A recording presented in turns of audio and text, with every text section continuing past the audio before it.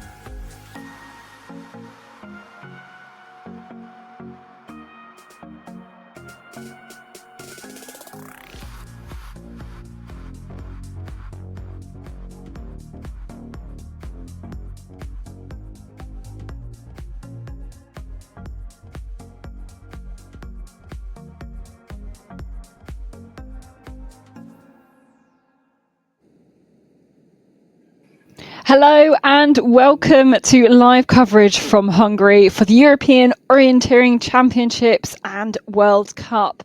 After a very sprint-focused season so far, we are finally moving to the forests and we've got some hopefully very spectacular races to bring you. You can see the type of terrain that the athletes are going to be dealing with just from our drone pictures there, and it's going to make the orienteering very, very tricky, very, very specialised indeed.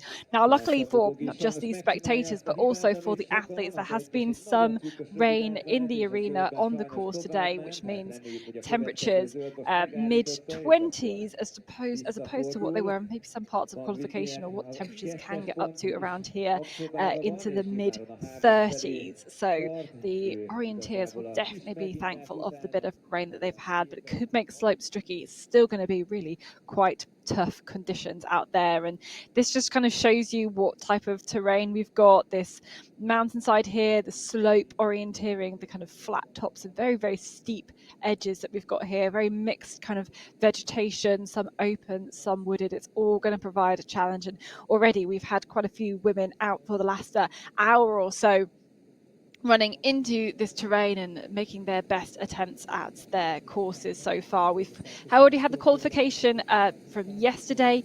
It was the top 20 in each heat who've made it through to today's middle distance final. So that means 60 men and 60 women in total, and we end, of course, with our highest qualified.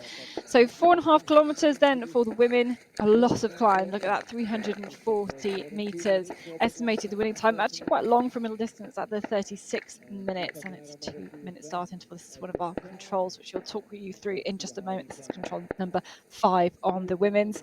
But Jonas, obviously, we're going to have the map up in just a mo, and it's a very interesting course. It's a very, very specialized terrain. Why don't you talk us through it? Yeah, it's very different to all the sprints we have seen throughout the last weeks and months. But we've seen the slope just in the picture in the drone pics before. We're a lot into this slope today. Controls, quite a green, but rather easy controls, and then the change into in kind of type of orienteering to control 3. It's all about this navigation thing in the slope. So many controls in here. We have smaller route choices as well in between control, for example, to 8, then a longer leg 10, 11, but again the control taking itself is in the slope, this time from above down. It's a bit more complicated. Then change back again to the southern side of the slope, the second TV control at control 15. And you can see it. I mean, it's so much slope orienteering. You have to be so careful because there are many cracks, there are many stones. You have to be I mean, yeah, it's all about speed control. If you're running too fast, it's so easy to do some parallel mistakes. You're dropping too far and don't see the control. I think that's the big difficulty today. All this micro orienteering you have to do on the way. This is an example. It's one of the route choice legs, actually. There's a possibility to go a bit further to the north and take that track to the control. Makes the control itself very much easier, but it is faster to go straight. You have 10 meters climbing if you go on this greenish blue straight route, and but the control is a bit more difficult to approach if you go straight. But I mean, it's the European champs, should be doable. You can see the terrain, very fast, runnability is good, so and it's good throughout the whole course. So also in the slope, if it's not too stony, if it's not in this black dotted area, runnability is really good. It's hard ground, you can see it in the picture, so it's there's no reason to avoid the straight line on top of this hill at all. And you can see here, when you approach the forest again, visibility not always very good, but it's rather open terrain anyway. And then if you get closer to the controls, you can see it here, it gets quite bushy in between the cracks, and the controls can be hard to spot. We had that yesterday in the qualification, and in the qualification it was not at all as steep as it was as it is today. So I think this is going to be much more difficult. One example here of one of the micro route choices. Straight, I think, is good here. You don't need to avoid and go too much around. This is 16, 17, and it is very, very steep. It's. I mean, we can see it on the map, but it's something else when you're in here. You have to find the way in the slope between the cracks, and at the same time do the navigation job. And what's the secret to being able to, I don't know, attack the slopes? Like, is it just a lot about confidence?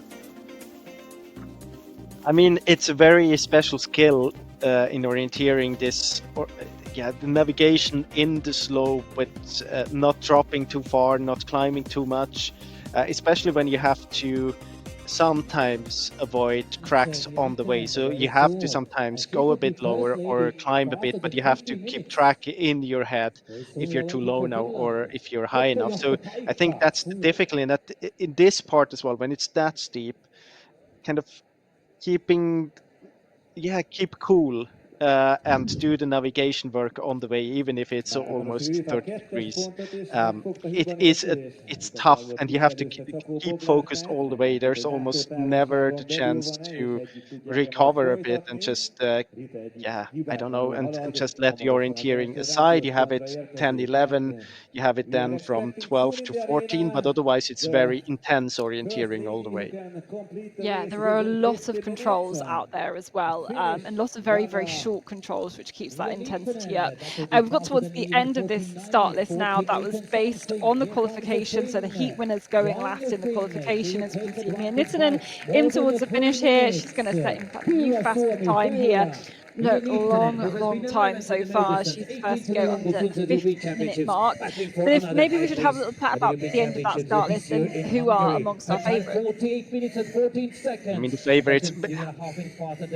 I mean, the end of the start list, as you mentioned, it's the result of the qualification. Andrine Benjamin is there, Maja Sianoja, Hanna Lundberg, Simona Abesson. So for sure, I mean, the usual names, but a bit surprised maybe Alma Svenderud, junior from Sweden, replacing Sara Hagström, who has problems with the back again. And she did a great job in the qualification, was third in her heat, and now starting in the very end of this competition, or not very end, but towards the end of this competition, in her first ever appearance in a international forest run here in the elite class. So that's going to be interesting. But otherwise, I mean, I don't think we'll be seeing such a big surprise today. I would definitely go for one of the usual suspects. Yes, the usual suspects, of course, being Tove Alexanderson, who had quite a disappointing European champs last time in Estonia a couple of years ago. Now, those forest European champs didn't really get along with the terrain in Estonia. Simona Abersold, she is the defending champion. And obviously, well, Tove Alexanderson, she kind of spoke about how she does prefer the forest races. So she is one who'd be very glad that the switch over in focus now in terms of the World Cup competition and a chance to kind of show what she can do. This is Maria Larsen, by the way, from Norway. 14 Norwegians managed to qualify into these finals. In fact, 19 Swedes, huge teams that the nations can pop out for a World Cup. There are 16 Swiss qualified, 14 Norwegians, as I said, and 12 Finns. They're the top nations in terms of qualifying. So we look over into the drone shots, which kind of, I guess, is probably setting up our control number 5 that we have got. It's pretty, I think, somewhere in the middle of the picture there. As I'm reading this one, this is what this kind of very bare slope looks like on the way towards control number 5. But we can actually go to the finish. This is one of the big, steep descents in towards the last control and the finish. And always you've got to remember that the camera makes things look less steep than they are. So that looks insanely steep, and it will be even steeper than that. But the Dane, again, lots of Danes making it through to this final on her way into the finish. And her running time is more than 53 minutes already, so it's a long middle distance, as you mentioned. The course setters, they were very much aware of the fact that it's a rather long middle distance, and they were asked in the meeting before if they really think that runners will get down to 35, and then they said, yeah, but there are potentially like 3 runners who could make it down to 35, and the others will be closer to 40 or even higher. So they were not surprised that we see times like 48 minutes in the beginning of this final. Yeah, I mean, we've seen a lot in the women's competition that there can be quite a big gap between the runners, but there's a few right at the top end really quite a lot better than the others, and you can put Tove Alexanderson, Simone Abersold, Hanna Lundberg, Gina Benny-Minson in that group. Natalia Gempler, of course, as well, especially when it comes to the sprints.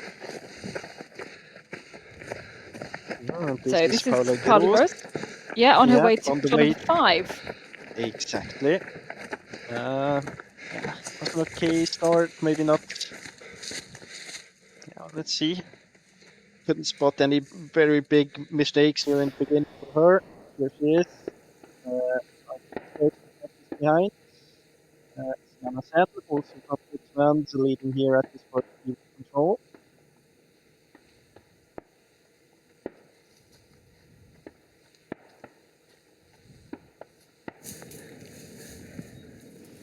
Okay, we go back to the second radio control, so control 15, second TV control.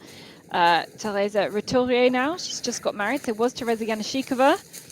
So here she is just punching that control. So got married to a French orienteer. So it's going to take, to be honest, we're seeing Yanashikova as she was so much in the World Cup circuit. It's going to take me a good couple of races to get used to that. I'll do my best. And congratulations as well on getting married, of course. And you can see it, you can kind of feel how steep it is, because you can see the runners really have to walk in the uphills. I mean, there is this kind of almost border when it starts to get too steep in order to be running, or it's not very efficient then to run. So runners sometimes then decide rather to walk and read the map carefully at the same time, and you can see that very often in this kind of terrain. You want to double check every meter climbing you're doing. You can see, maybe not quite in control here, looking up and looking down as Mara Morosi. I can tell you what, she is way too far down. Far too low. Yeah. They have to climb almost 50 meters to the control. and well, they And it looks stayed. like They they've even dropped dropped a bit. meters. Yeah. Yeah, they dropped out from the control, but you would actually need to climb for 65 meters, so that's a big mistake. And I So mean, they've it's gone just about it's the right distance, to be honest, haven't they? yeah, but I mean, it's their home terrain. They know how to tackle this. Of course, it's not everywhere like this in Hungary, but they know how it is. They know how it is mapped. You look at the map, you see immediately that you have to climb, and they dropped. So that's really, yeah, maybe a Yeah, you, mistake a more experienced runner wouldn't do. yes, I think that's true. But Mara Morosi, she's a former junior world champion from last year in Romania. So yes, not a very I mean, experienced orienteer, but obviously this is her home terrain. So the thing is, she's now had to take all this climb in one go. but the thing is, if you look at the leg between 4 and 5, we'll see it just in a couple of seconds when the picture moves a little bit. You can see that the exit just after control 4, there's a passage with less stony bits. If you climb for like 10 meters out of control 4, and then halfway you have this yellow between the very cracky part there. And I think she was heading towards this one, but then dropped a bit too much. So she thought she was running out on the same height, but was actually dropping a bit. I think that was the reason for the mistake. So Jasmina Gassner just crossing the line there, new leading time. She goes a few seconds quicker. So a new leader here at the finish. Jasmina Gassner goes quicker than Mia Nittinen, 48 minutes exactly. And there are lots of groups that have formed up really from quite early on this race. So Gassner here has caught up Hanna Müller and Barbara Matikova, as you can see there. So the Austrian here, is the quickest in that group. And are you surprised to see it grouping up so much? Not really, because that kind of terrain, if you do a mistake, it's quite likely that you're doing a parallel mistake. It's very hard to relocate, and visibility is very good. So if you do a mistake, they often end up to be a bit more than a minute or even more, and then you can see quite far. So people, yeah, tend up to group together in the end. So yeah, I'm not very surprised that this happens, and it's a very I mean, we have been running or following sprint competitions now for a year.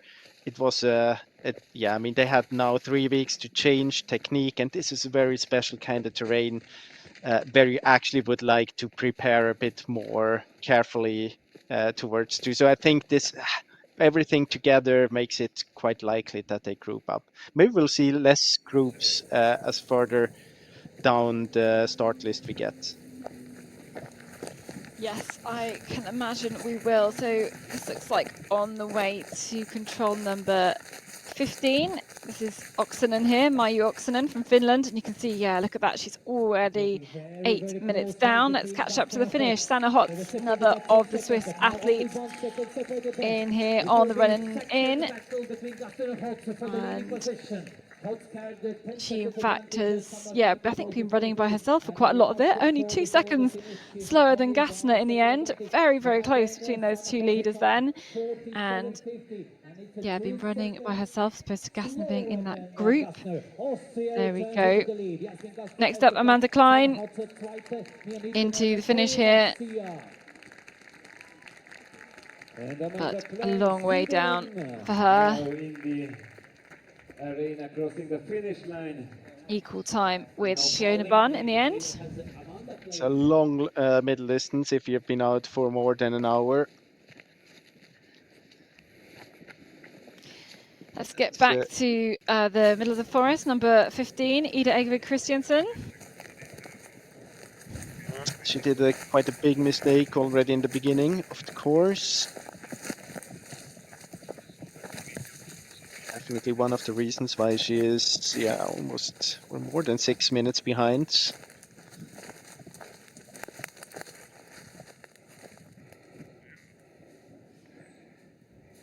And the control is in there somewhere. Jasmina Gassner, congratulations to a new best time. Tell us a bit about your race. How did you experience it? It was really rough and really steep, like all the way up and down, but I I actually preferred it than to yesterday, where it's more flat and more compost running. So I really enjoyed it. And in the end, you were together in a big group. How was that? It was a bit confusing, but of course, sometimes it also helps.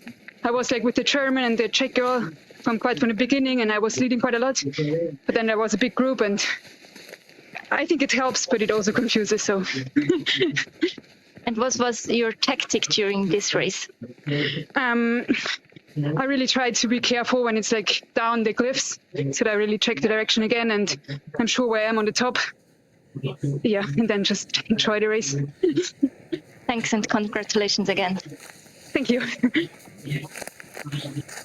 So nice to hear from new leader Jasmina Gassner and trying to enjoy this race. It's one that actually Jonas and I were kind of discussing beforehand off air.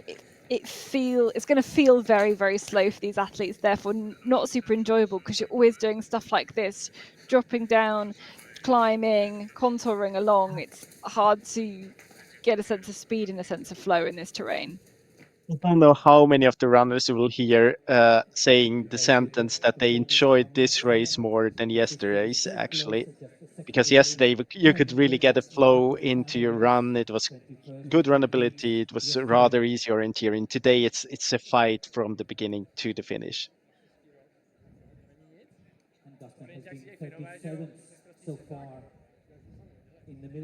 This year 11-12, it's quite special because they're like small terraces on top of the cracks, and you have to find kind of it's like a path when you're up there. So you have to find those terraces in order to get to the control. It's not like here, where it's quite the constant slope. There it's a bit different. So and then you're approaching the first control from above, makes it a bit more difficult as well. It's something you have to be prepared for, of course. So we're watching, Maria Larsson, and you can't see in the picture, but Helena Karlsson, the Swede, is there as well, and she's dropping here. You can see dropping down here, and again, she's done exactly what you kind of. They're doing the same climbed. thing. You've got to really climb up out of the previous control to kind of get on the right level between the rocks, as you were saying previously, and these rocks aren't as obvious, I think, in the terrain as something like Czechia, where we've seen before. Yeah, and I mean, it proves me wrong from what I said before. There are also more experienced runners doing this mistake, but I really think that they try to keep on height in the beginning in order to get a good passage out from the control, and then they kind of forget to climb again later on. Yeah, and obviously everything in your body is, even like this early on in the race, is going, do I really have to climb this? You really want to try and minimize it as much as possible, and you've just got to force yourself to override that. But here is Larsson then coming into this control, and actually Helena Karlsson, who now just coming into picture, I think, realized this that they were too low a little bit earlier than Olarsson. Mm-hmm. So Olarsson there, that could be the whole 43 seconds lost in that mistake, I think. You can see here the comparison, small mistake for Olausson already to the first control. Kind of almost doing the same thing again to the second control, then all Kosovo going a bit more to the north. I think if you go straight there, you should go the way Gassner and Olausson went. But this is Teresa Roturier on the way to the finish. Yep, into the finish here, but you can see she's already too late then to take the new leading time. So dropping down into the finish, short sprint for the line, but she's going to go into fourth, so 1 minute 44 slower than Gassner. Time, a medal winner, the youth and also junior category. Not first time with another last best name. goodness me, look how much mud. This is, using your hands to climb up and down, and maybe the slippery slopes of the rain we had earlier. Kosovo there, we saw Kosovo had made, a big mistake into control 3, I think. She kind of went round the top and then just didn't dip down into the control at the right time. You can see already a long way down there as well.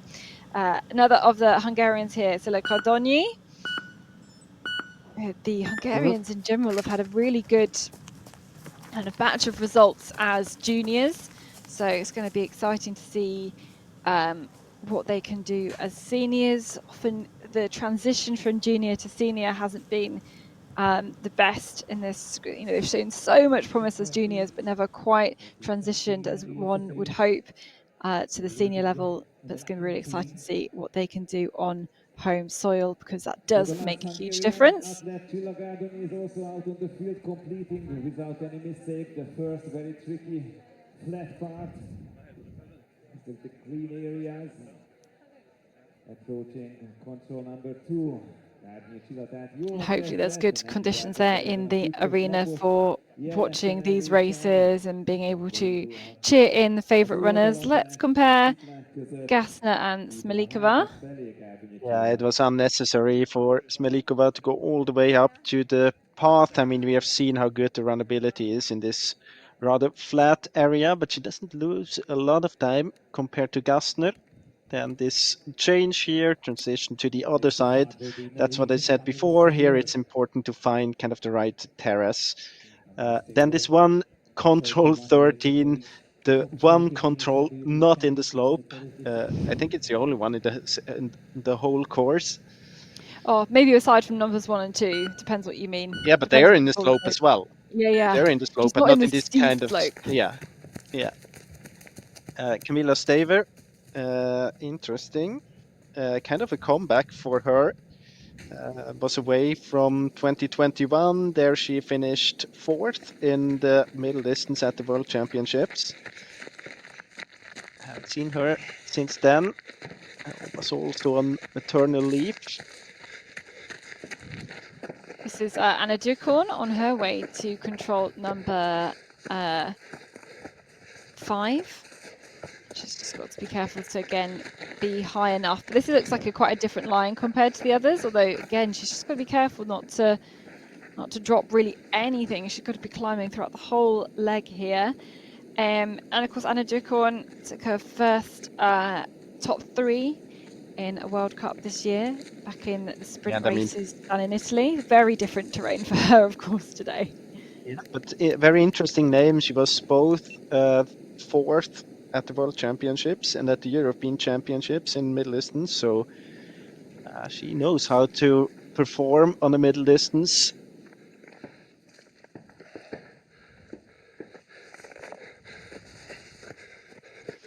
So Dukorn there.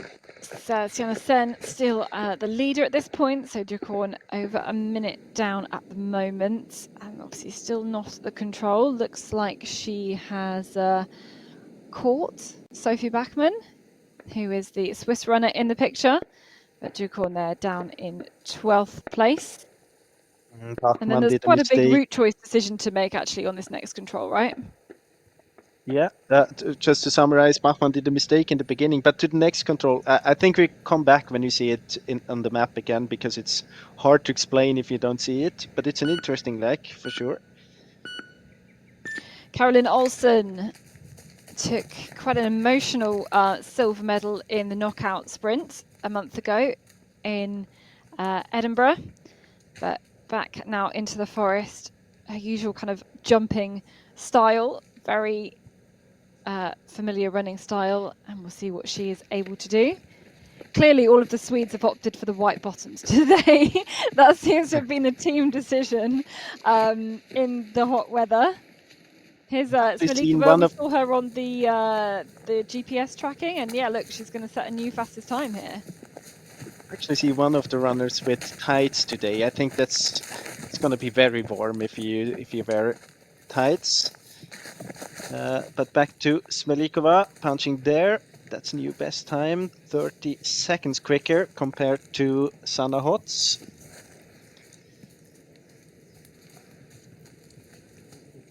Here we can see it. If you look 5 to 6, there's a possibility to go up to this small path. But if you do that, you're losing quite a lot of time, because you have to do too much. You're doing too much climb, and actually, it's not as stony as it seems or as it is before. So it's quite good to go and stay in the slope. You could even stay below that. lift this. She's above, but you could also go a bit lower, just stay on height out there all the way almost. The course setters, they expect it to be a minute slower if you go up to the path. Yes, it's going to make route choice, execution within the circle, mistakes, all very, very important. You have to be the full orienteer to be able to take a win here. So we see Swiss athlete Natalia Gempeler on the start line here, looking at her trusty base plate compass on her way out of the start. It's quite a long run out towards the start control itself, so a good chance to read the first part of the map and get a sense of what the course is like. And of course, Natalia Gempeler is such an all-rounder, maybe underperformed a bit in the qualification, but has lots of potential. Yeah, I mean, definitely. It will be interesting, though, to follow how she can make this transition from sprint to forest. I mean, it was kind of an unload with this World Championships, not only when it comes to technique that you have to change, but also all the motivation was focused, and all the whole goal of the season was the World Championships, and then you get like 3 weeks and you have to refocus on the European Champs. So it's for all those favorites for the medals at the World Championships, very interesting to follow how they can handle this very quick change now into the forest. See Nordhagen coming into the control here, going to be about just under a minute down, and it's hard, you know. I guess we can look on the athletes' social media, chat to the athletes, and see kind of what preparations they've been able to do. Certainly, you know, someone like Simona Abersold has been training in similar terrain for kind of a couple of weeks before this European Championships, using that obviously to her advantage. And then some of the others, a lot of the athletes have to go back to work, they have to go back to studying in between these races, and they just don't have the time to put in. It's going to make that change a lot more difficult for them. Yeah, definitely. I don't know, though, how important it is for so many of the runners to perform good at the European Champs. I mean, the big goal of the season is the World Championships, and I think there are quite many of the runners here, and they just see how far they get with the preparation they have. I mean, no one, a few were here, but no one was like putting a lot of effort into preparing for Hungary before the World Championships in sprint. So I think the focus really was on sprint, and then you could see how much you can do in these 3 weeks remaining to the European Championships. Yeah, and there's of the top ones, you know, they're all doing all of the disciplines as in a way that we get some of the men very sprint focused, but you know, there's not very many who are only forest focused compared to the other way around, I think. Sila Godoni here into 5th place, the local athlete, of course, so giving her highlighting the Hungarian athletes and the performances, and this is a very, very good start. And but obviously we can see this route choice here, already choosing to take the climb here, maybe suggesting that she's going to go all the way to the top of the slope, and which the course setters think is going to lose her a minute. Yeah, I mean, we could see it before. I don't know if you remember, we had Dürkun and Bachmann, starting quite or almost together at control 5. Dürkun went straight, Bachmann went up there. I think it's not really 1 minute. I think, but it could be 40-45 seconds, definitely. Let's head back to the start then. We're coming towards nearly into the last 10 athletes, but this is Cécile Calandry, French athlete, making her way into the final of the knockout sprint in Edinburgh. About to head out on her course. Good all-rounder too. So too is Victoria Hestad-Bjørnstad, and she is on her way to control number 5. It's kind of interesting for both those runners, Cécile Calandry and Hestad-Bjørnstad. If you look at the results, they seem like clear sprinters because they have their better results in sprint, but it's also due to the fact that I think they're development has been so good throughout the last 1.5 years, and we have almost only seen sprint competitions in that time. So I think if you would, it's very interesting to see how, because now we haven't seen them in the forest for a year, and if you have a development curve going in the direction as they have, of course they will improve their forest results as well. Yeah, that's really very well put, and that's obviously the consequence of these split world championships, split world and European championships that we have right now. But also, obviously, the athletes tend to, younger athletes will develop sprint results first and then maybe back those up with forest results a couple of years later, where that age and experience seems to be worth more in the forest. Let's have a look at these routes then. Yeah, you can see both Björnstad and Gastner quite similar in the beginning, then Björnstad going up a bit to the north there. I think that's unnecessary. You can see that she's losing 25 seconds. Maybe, I mean, it seems to be kind of a tactical move in order to not be sure to not miss control 3. But I mean, it's a final of a Middle Easterns at the European champs. You shouldn't be concerned about missing controls. You should be concerned about being quick on controls. And then I think this is a bit too extreme. If she wants to be sure, she can be heading a bit to the north and maybe get the quite big cliffs there. It would be enough. No real need to take the path. And that's Paolo Gross there. This is a new fastest time at control 13. Let's see how it might have come about. You can see different micro route choices, also a mistake here by Gastner. Of course, no differences in route choice to control 11. Quite good execution by all three of them. Bit quicker speed by Paolo Gross than taking the path here. Really using the path to navigate. Good performance here by Paolo Gross. Looks very, very good technically. Yeah, she just looks really good in the slope, kind of dropping down and descending, but also what was that, one of the controls kind of in the middle section where she just stuck in the slope 9 to 10, and she caught up a whole lot of time there. And I mean, you have been saying that before, that it looks a bit like Czech Republic if you look on the map only.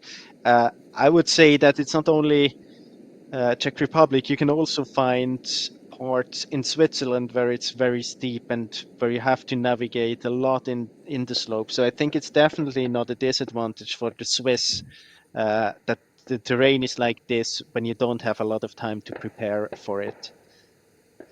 Yeah, and I mean, we could kind of see that in the qualification. The Swiss team did really, really well, and especially when it comes to the men's side of things as well. So definitely, I'm sure we'll be talking about a lot of Swiss athletes over the course of the next few hours. Jana Riederfeld then is the next to start, number 50.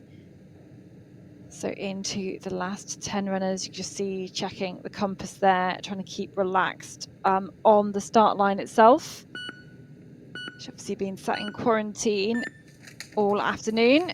Won't know anything that's going to face her, but she's already folds her map up and gets the running underway.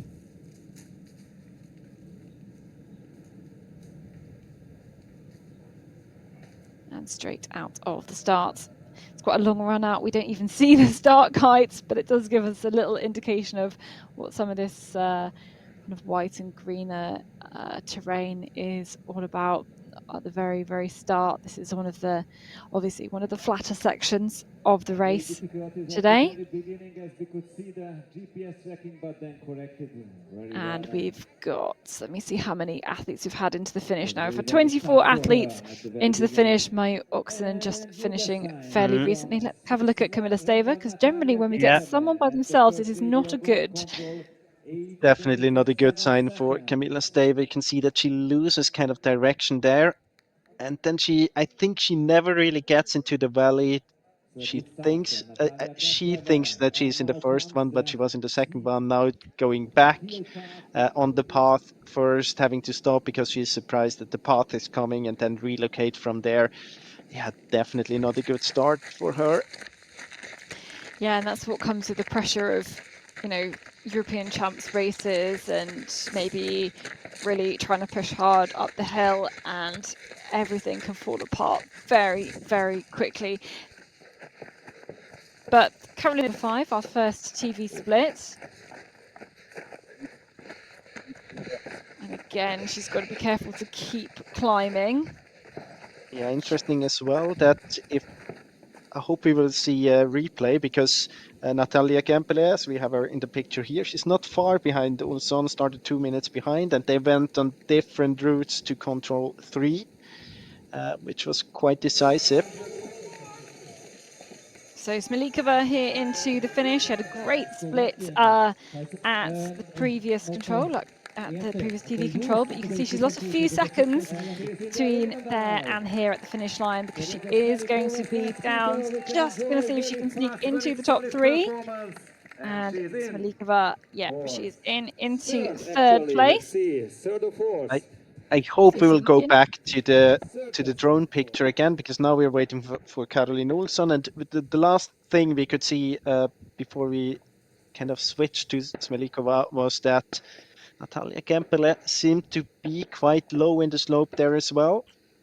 Don't know if she can kind of come back again. Good executed here by Olsson. Here is Kempele. I think she's she climbing and back climbing on track. and climbing. Yeah, she must be back on track. Realize she's gone too low, because, well, she kind of didn't gain or lose height at all. She was just kind of even, but you've got to realize you've got to climb a long way up from the control. It's so surprising that this happens again and again and again. It's so obvious if you look at the map that you have to climb more than 25 meters. I mean, it's you have to climb at least 40 meters from 4 to 5. And I mean, Kempele wasn't climbing anything. So that's such a big difference. If you miss the climbing, like if you underestimate it and they're 5 or 10 meters below, that can happen, of course. But 45 meters is a lot. Yeah, for me, looking at the leg, you want to climb a little bit. You want to climb immediately out of the control, and then maybe sit on the same level for a bit, kind of come between the two sections of rocks, and then take a lot of climb. So I wonder if it's people are just missing out the first bit. It's going to be really hard. Here's the comparison.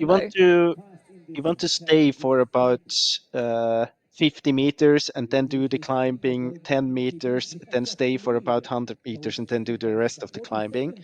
So this is the difference between Olsson and Kempele, and you can see how much time Olsson loses. It's almost a minute, I would say. Then again, Olsson following the contours, not as straight as Kempele.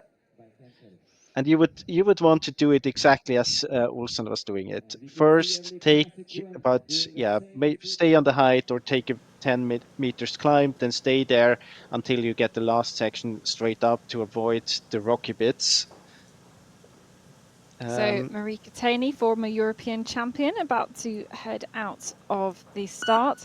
But I mean, just want to quickly go back to Olsson. She clearly had a approach to go round. She didn't want to be taking any more climb, or she wanted to really be going around these bigger valleys. And it hasn't worked out for her, I can tell you that. Mara Morosi, let's catch up with the young runner from Hungary, former junior world champion at control number 15. The control's just dipping down there. We remember she was one of the first ones could see doing this mistake to control 5.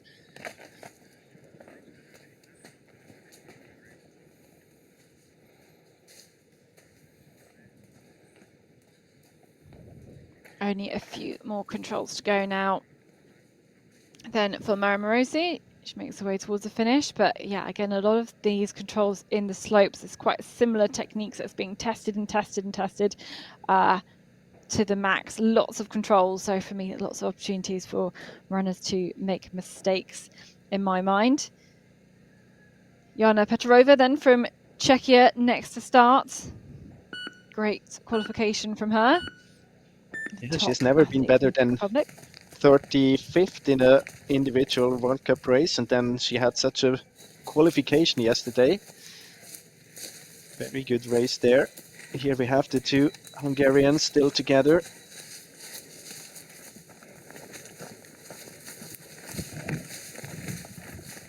Or is it? Might be a Norwegian shirt there. Yeah, Mara Morosi must have got ahead. Well, as you can see, she did get ahead. So, Norwegian here.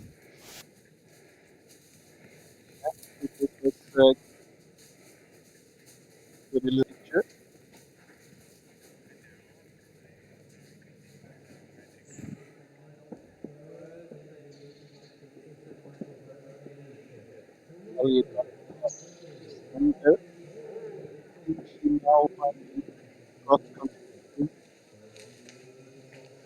Huge mistake.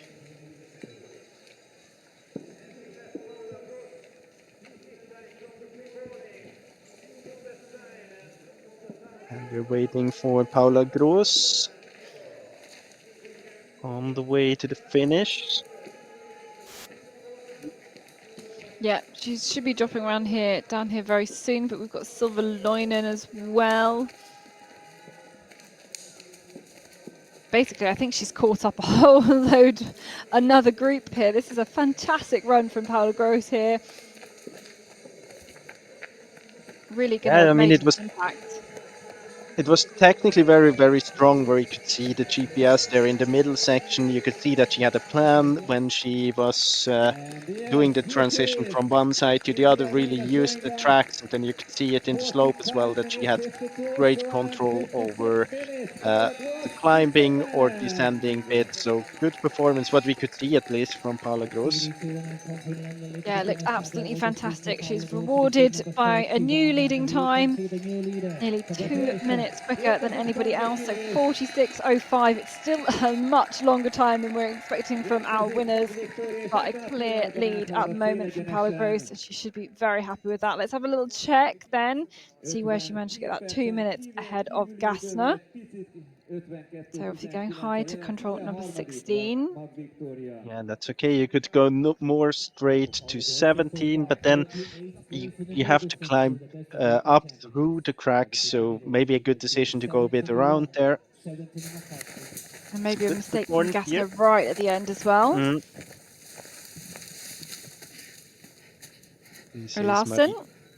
Olausen. 1 minute behind.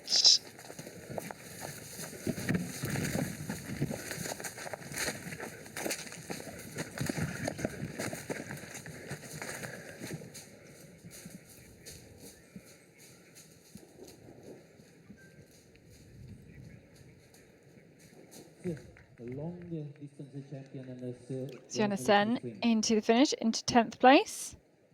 Had a good start been into the race. by Paula Gross. Yes, in fact, she's still the best time, or one of the best times at the first TV split.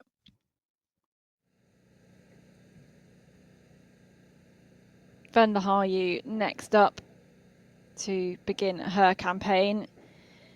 She is a defending bronze medalist from these European Championships. She actually won those long distance champs as well in Estonia. So she's all rounder, probably a little bit better typically in the forest. So I'm sure she'll be glad to get back into this forest terrain and beginning her campaign. Really keeps the map open for a bit, maybe tries to get a look at the kind of course in its entirety, the overall shape. And I think that's here. Camilla Staver. Yeah, she really has a tough day today. She's basically doing the same as we have seen many of the rounds 45. But the thing is, she has been missing the third control for such a long time. It's so incredibly tough to refocus. I mean, you're a championship race. You know the race is over at control 3 in her position, but then you have such a tough terrain, and you have to be focused in order to get to the controls. You get nothing for free, and you have to refocus. And I would not be surprised if we would see a did not finish for Staver, because it's so early, so many mistakes, and it's maybe not the race you enjoy, yeah, very, very much if you're out there and know that you have done 7 minutes to the third control already. I mean, it's painful just just watching that tracking, Yeah. and she hasn't found number 5.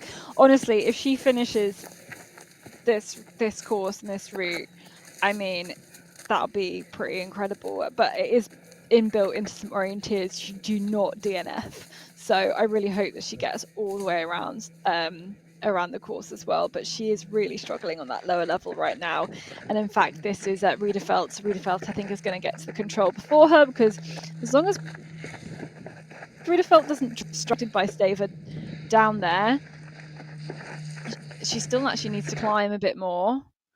Then Yeah. she'll get to the control first.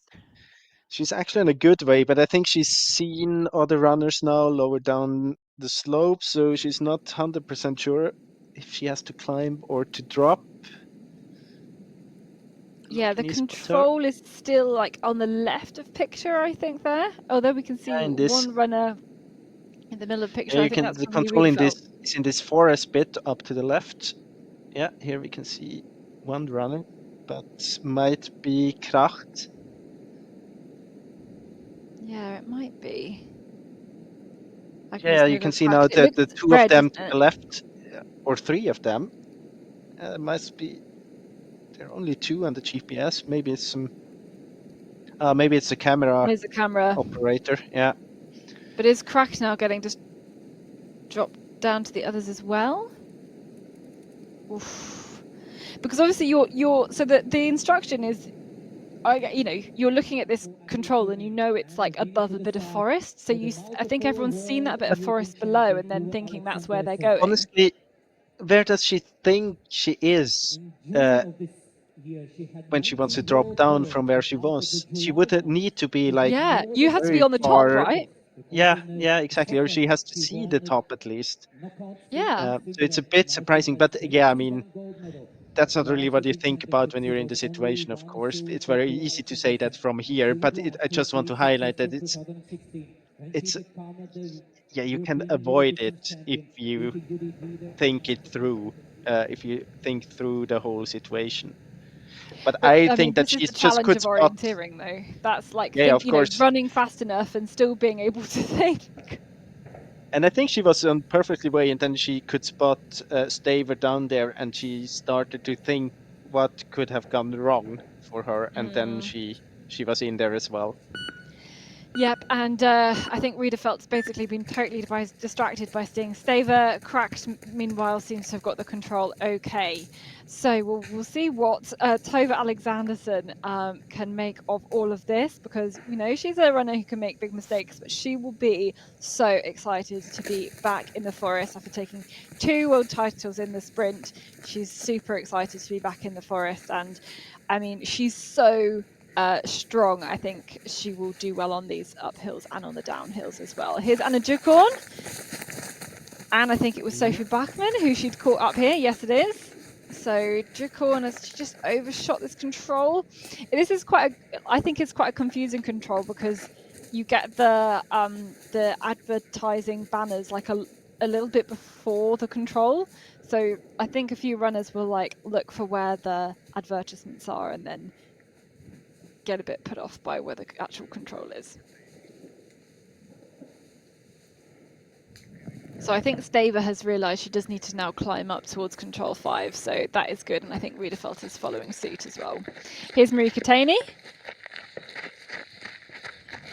And again, you can see she's just making sure she's climbing and climbing here, and she's looking up, which I think is also a good thing. She's now on the way to control 5, so that's the control where many of the runners dropped too far down. She's still on the way, but she shouldn't drop from here. She has to climb quite a lot. She still has 25 meters to climb from here.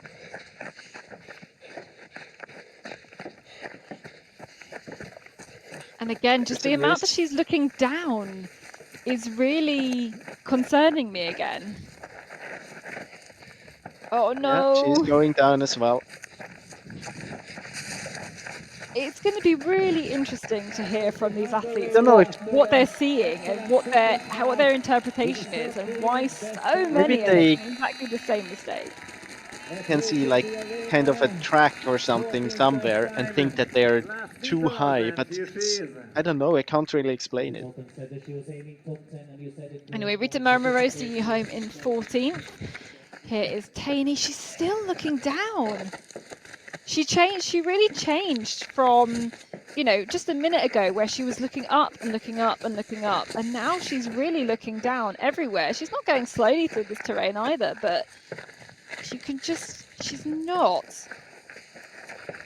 I mean, one And now thing is she that thinks she's gone too far.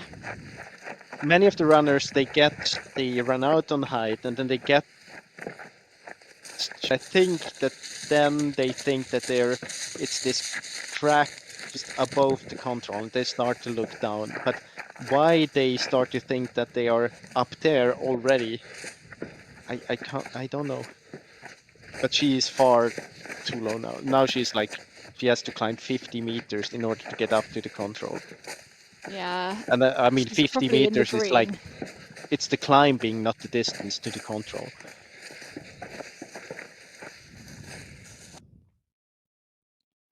But then, can you even from at the here, bottom see the houses at the bottom?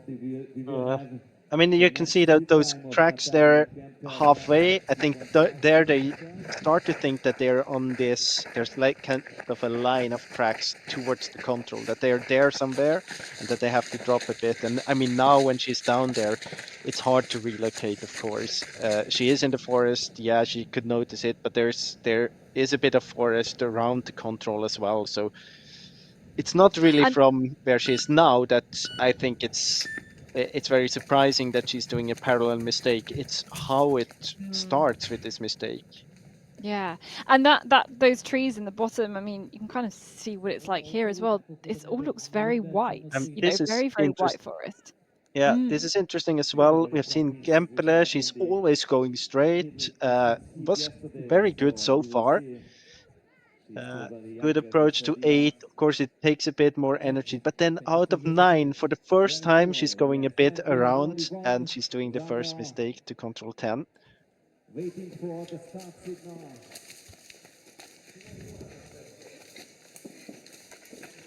So back towards the finish then, Maria Lausen. See, she's already late on the leading time of Paula Gross.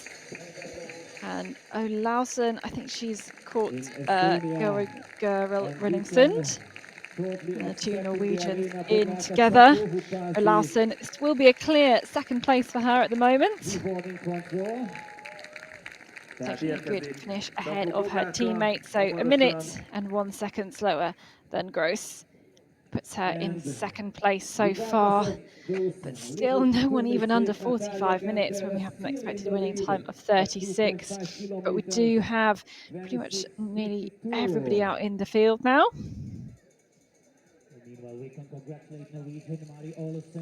Maybe some mistakes around control 17. I think it was okay.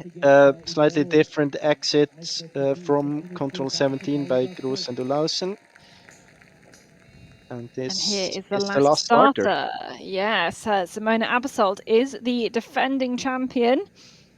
After taking the win 2 years ago in Estonia. She's also got, of course, a couple more medals added to her collection from the Sprint World Championships. And I've already mentioned before about the work that she's put in training for this race, running on this kind of terrain and trying to figure out how best to orienteer in it.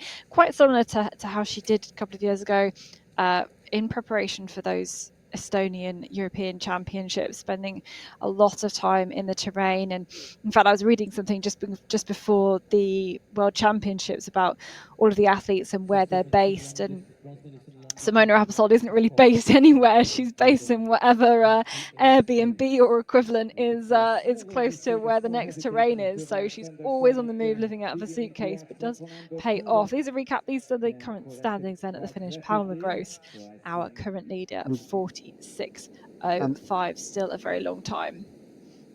kind of interesting when the course setters, when they were calculating for the winning time for this race, they were really much looking at one of the preparation races where Simona Aebersold was, I think, 6 minutes quicker than all the others. So it's really due to the speed that Aebersold had in this race that we have such a long middle distance race here for the women.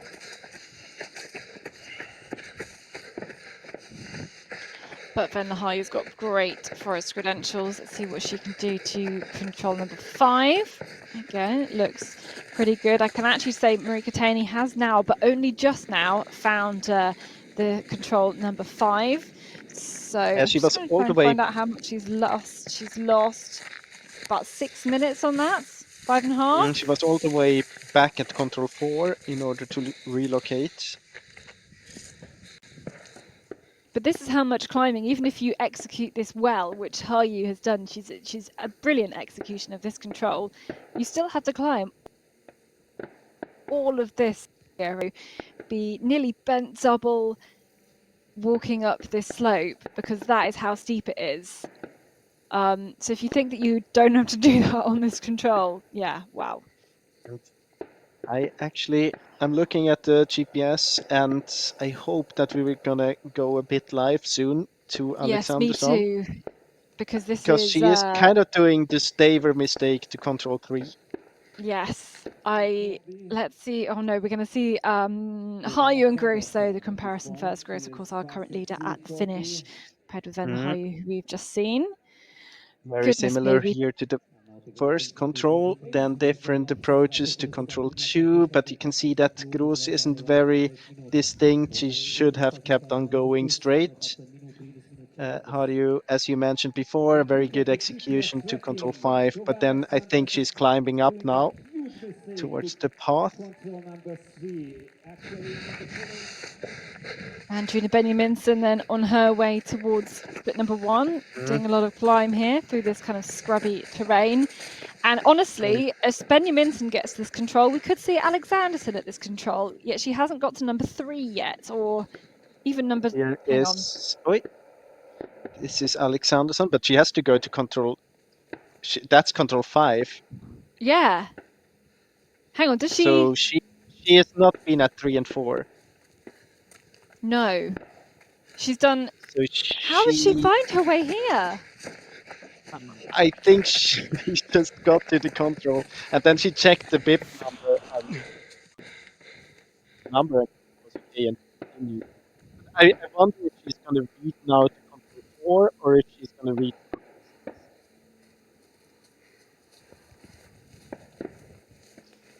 to control 6. Very good time here for Benjamin.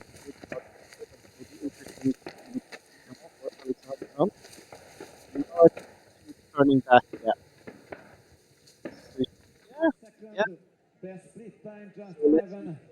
Alexanderson had already a bit of problems getting too low to control 2, but time-wise it didn't really matter. She was just too low. And then look at this. It's exactly what Staver did. Kind of ran through the valley without noticing that she was there, then taking the second one. But by accident, I think she gets to control 5. So I think she thinks when she goes through the valley, she thinks she's at the one southeast of the line between 2 and 3. Yeah, exactly. And then goes to the next one and then tries to go up to the next slope. So basically, I mean, that's the only explanation. It's the compass direction out of 2 that's poor then, that's messing everything else up. Yeah, I mean, that's the only explanation how you can make a parallel mistake at this point. But then you're really off direction, and you're not really having the climb to the right side of you either. Wow, a big surprise. Gempler then here on her way to control number 15. Can she be one to get this right? Although actually we've seen her make a mistake at control number 10 already. I think we're going to hear from Paula Gross now in just a few seconds.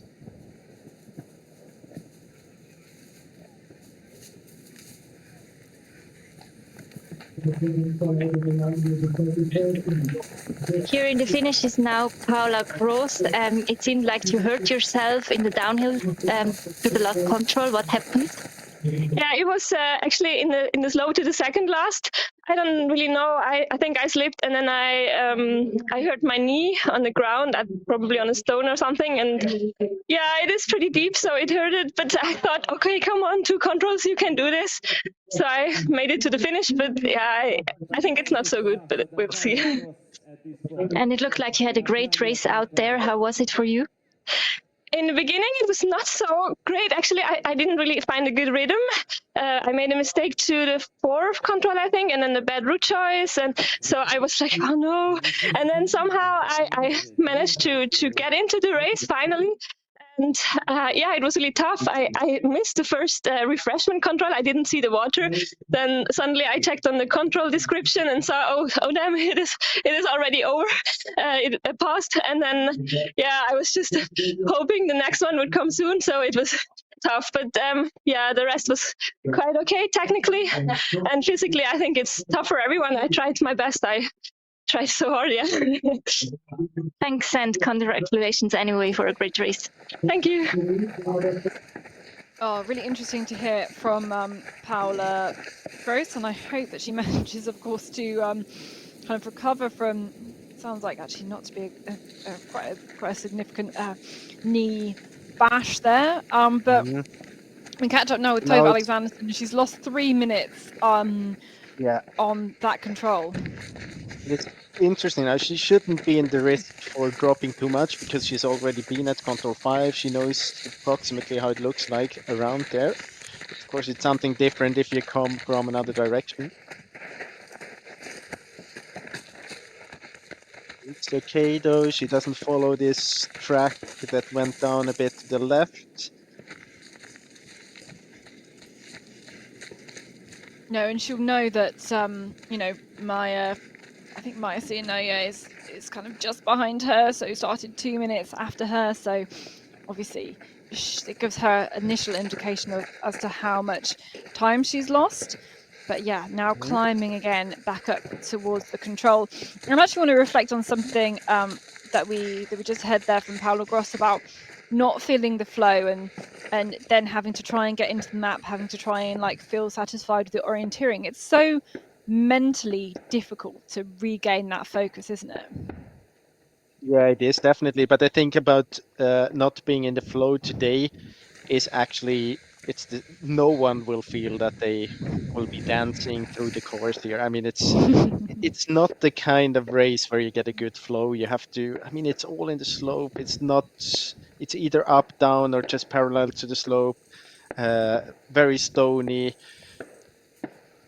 But it's still a hard thing to convince yourself that everyone else is feeling the same thing as you do. And then you look at the watch and you see that you have been out for 42 minutes in the middle distance, but you had a good race as well. So that doesn't make it easier.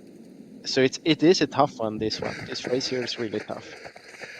Yeah, I'm forever trying to convince juniors that if they feel rubbish in a race, don't worry, everyone else is feeling equally terrible as they, you know, struggled to make light work of the terrain, struggled to kind of keep up a good pace in the terrain. But this is Hannah Lundberg now. She is on her way to this control. You can see her just there. So a good start now, and of course you have some of the men out on the course as well. Here's Hannah Lundberg.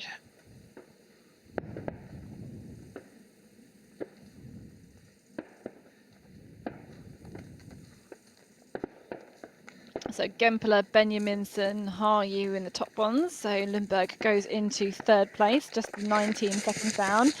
But I have a feeling that Absol is about to come and tear apart and be the new leader. That she is the last starter here, and she's made a fantastic start. She's already on the climb up into control number 5. It seems like no problems for her. I mean, she's on the climb up. She's not dropping anything here.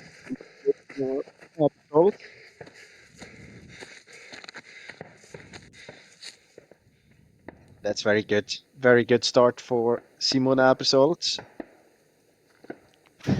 A whole minute gap. Okay, I know Alexanderson has made mistakes. Gempler's not had the cleanest run, but a whole minute gap at just control number 5. Yeah, but I mean, until until no, yeah, you're right. Gambler was a bit low to control 5 as well. Cécile Calandry on her way to control number 15, and Gempler still in the lead at this point. Calandry, can she get into second ahead of Gross, who's the new leader at the finish? Just seeing where Gempler is, because I'm sure she should be at the finish fairly soon. She's on her way to control 17.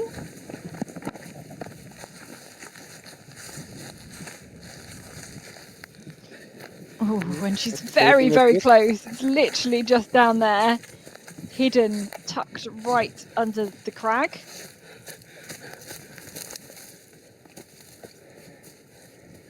Straight back into the terrain. As these runners, keep on progressing, we're just seeing them make this terrain look easier and easier and easier. Let's have a good replay. These are the last few starters. And again, we can see that Alexanderson was too low to control 2. Looks good for Abersold, even though she could have been running a bit more straight to control 3. I think that's okay. She executed it well. A small mistake by Lundberg to control 4.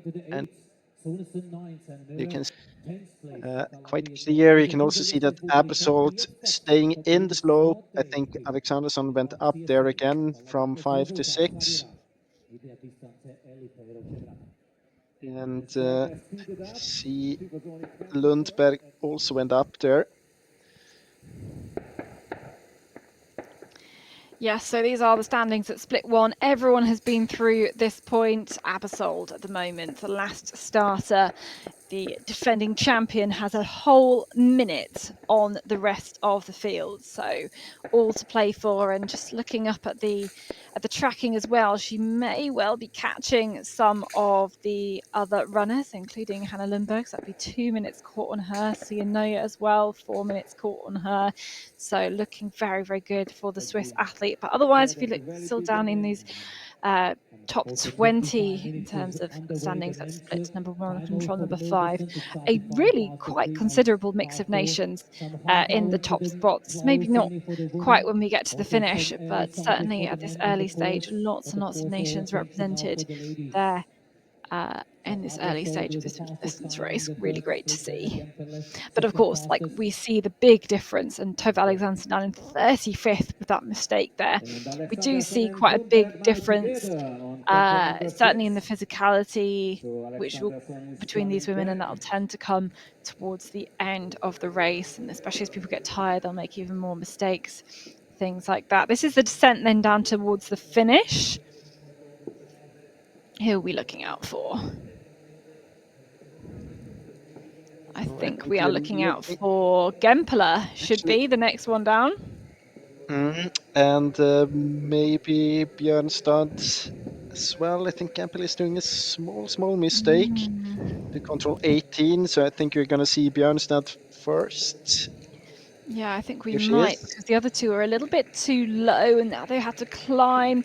Well, they're only too low in terms of meters from above. They've got to climb maybe 10, 15 meters up again. Here's Victoria Hestad-Bjornstad. I mean, honestly, we have had Gempler out for 42 minutes now. I don't think we'll go much under 40 minutes today. No, I think you're right. Even with Simone Abersold absolutely charging around this course, we're not going to get there. Victoria Hestad-Bjornstad is going to be about 5 minutes down on the current leader, on Paula Gross. But look behind, here's Natalia Gempler in towards the finish, and this is going to be a new leading time here for the Swiss athletes. Started comparatively early, didn't have the best qualification, but this is going to be a 3-minute lead for Natalia Gempler, 43.10. Which is, number... 3 mistakes, she says. Yeah, I think it was quite okay for her, but you've seen this mistake to control 5 as many others, but she didn't lose so much time. So let's see here. We haven't seen much of the second part for Gempler. Looks good to 14, looks good to 15. 16, 17, that's all good. And a small mistake to 18, was too low there, had to climb up again. It doesn't look like much here if you look at this, but I mean, she was like 3 curves too low. That's 15 meters. That's a lot of climbing. Yeah, she always likes to tell us immediately after her race, like how well she thinks it is. So she says, you know, she's kind of not completely unconfident. She knows she's made mistakes, but she knows there haven't been huge time losses, and actually maybe the rest of it felt quite good. So it's going to be really interesting to hear more from her and hear what she says, because, you know, she knows that it's tough out there and that others could very easily make mistakes too. So very, very interesting to see. Sila Gardoni also made a mess of this control 18, the one she's just punched for this last control here. Even more of a mistake compared to Gempler, and it meant she's lost another minute or so on the other athletes at this point, and she's going to be outside the top 20 here. But obviously loads of home support right all the way through towards the finish, but she will be just under the 12 minutes down on that new fastest time set by Natalia Gempeler. Of course, Gempeler was, about second quickest at control number 5. She was quickest at control number 15 still. So, yeah, I'd get anything under 40 minutes, which is long for a middle distance race. And I hope, yeah, exactly. No, I hope that we would go back to some live GPS, because it seems as if it could be a decisive moment, but back with Gempele and Olsson. See that here, Gempele, it was very clear in the beginning that her tactic was to go straight where she could. It's going straight in the beginning, also here to control 8. One of the mistakes for Gempele, one of the 3, she showed us time wise maybe 45 seconds. She lost to control 10.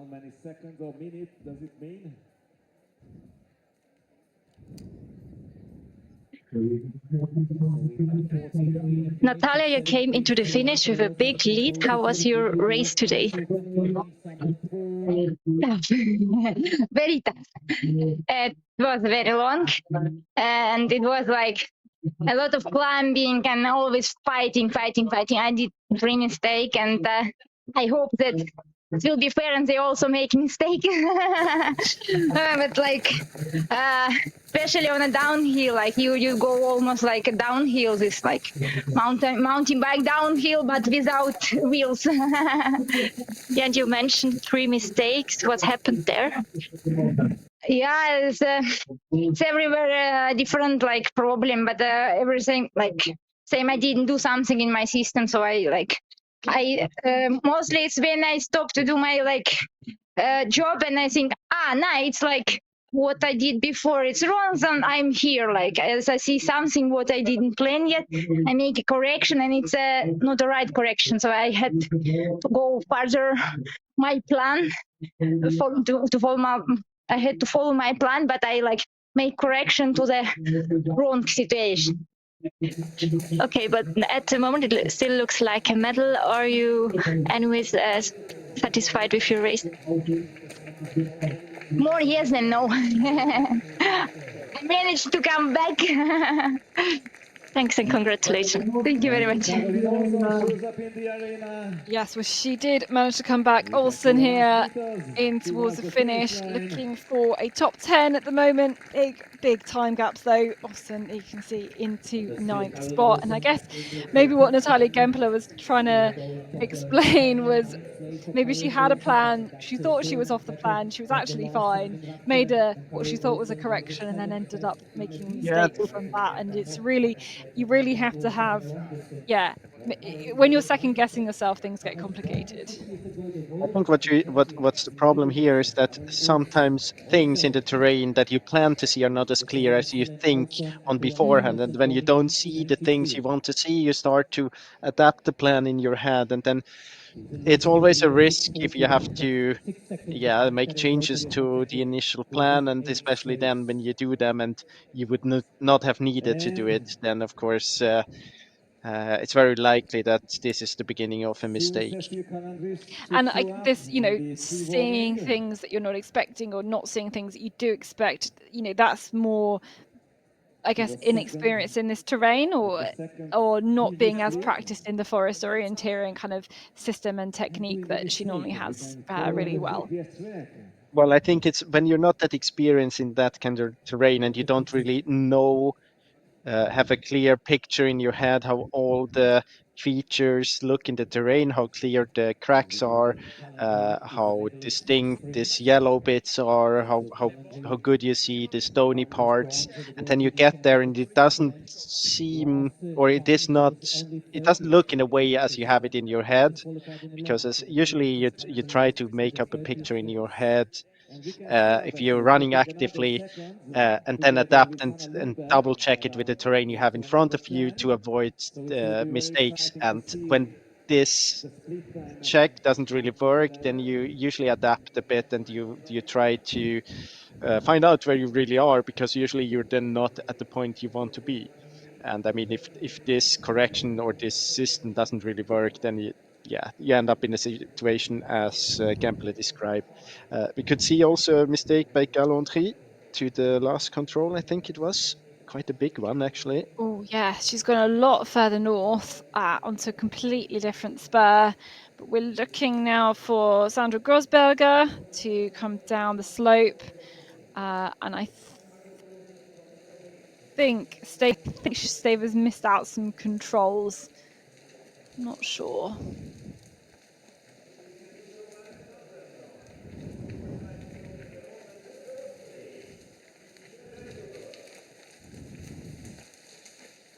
Yeah, she has. She's come back from. Yeah.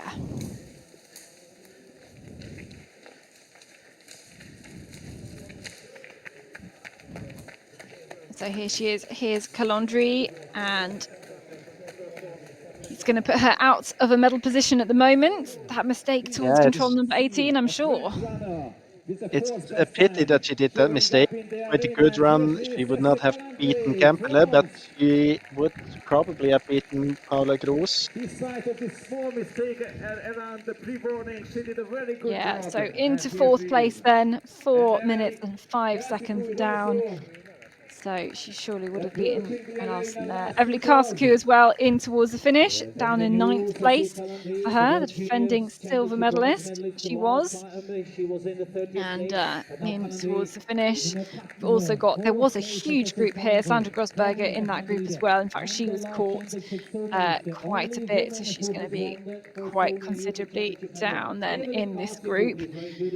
And really, I can tell you what, it has grouped up absolutely no end there out in the forest. The next, this is Staver coming down the hill in towards the finish. This will be a retirement here. Problems throughout the course here today. Really, really not her day, from a huge, mistake very similar to Tove Alexanderson, actually, a huge mistake over towards control number 3, then again at control number 5, and I think more problems throughout the rest of the course as well. So it will be a retirement for Camilla Staver, just really not managing to get into the course at all. Let's have a little look then here at some of the athletes on their way around. Abersold, so now going ahead of Gempele here, who of course is the leader at the finish. They've made a mistake though here. Yeah, and actually Lundberg and Abersold were together at control 7. They were splitting up to control 8, then different route choices. Abersold didn't really have a good execution, but now she has actually a gap compared to Lundberg and Sia Neuer, who's also in that group. So Abersold ahead of Lundberg, running in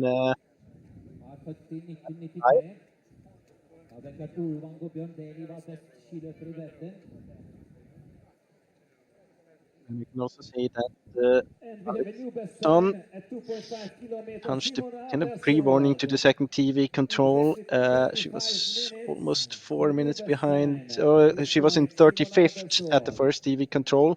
She punched there in 5th. Quite the journey. Yeah, and she is 2 minutes and 53 seconds slower than Simona Abersold. So she was about a minute quicker from the TV control to the pre-warning. Incredible stuff. Yeah, but we saw mistakes there from 11. Abersold. Yeah, that's right. Yeah, so Benjaminsen here is going to be one of the next to punch at control at number 15. And in fact, she's not either of these in the picture, I don't think. No, Here she is. But she is doing really, really well. In fact, she was ahead of Gempler at one of the controls kind of in that northern section, but now drops a little bit more time again, but still within contention. You know, Gempler made more mistakes towards the end of the course as well. But current second place, and that put Ven Hayu into 5th. So I think that is that's Andrina Benjaminsen having caught up Ven Hayu, and I think Jana Pesarova as well. That's right. You can see the comparison. Gempel and Benjaminsen at this point very similar. Then a small mistake to control 12 by Benjaminsen. Better speed here by Gempele, also a bit better execution. Gempele seems to have just slightly better speed. Now it's interesting because it seems as if they split up. We can also say that if I look at the GPS, I think we lost, or Alexanderson lost the GPS device just before control 8. That's probably the reason why we don't see any GPS. Yeah, we're going to have to remember that she is still out there, but we haven't got a GPS on her, so I think we're going to be falling back on quite a lot of the TV, like, and radio controls that we have out in the terrain. So not everybody through yet towards control 15, which is where this split 2 standings come from. It's got Svenerud, Sienoya, Abersold, we've got Lundberg, and of course Alexanderson still to come through that point. We should actually have Alexanderson there quite soon, because she was together with Svenerud, and Svenerud is going to be there quite soon. Well, we will see as Riederfelt drops down towards the finish. And she's running with Ines Berger as well, from Switzerland. Yeah. That's actually quite a good race by Ines Berger. As I mentioned before, 21-year-old, first time in the forest discipline in the World Championships, in the World Cup. Yeah, and she's looking for a top 3 spot, actually. This is an incredible run by the young Swiss athlete.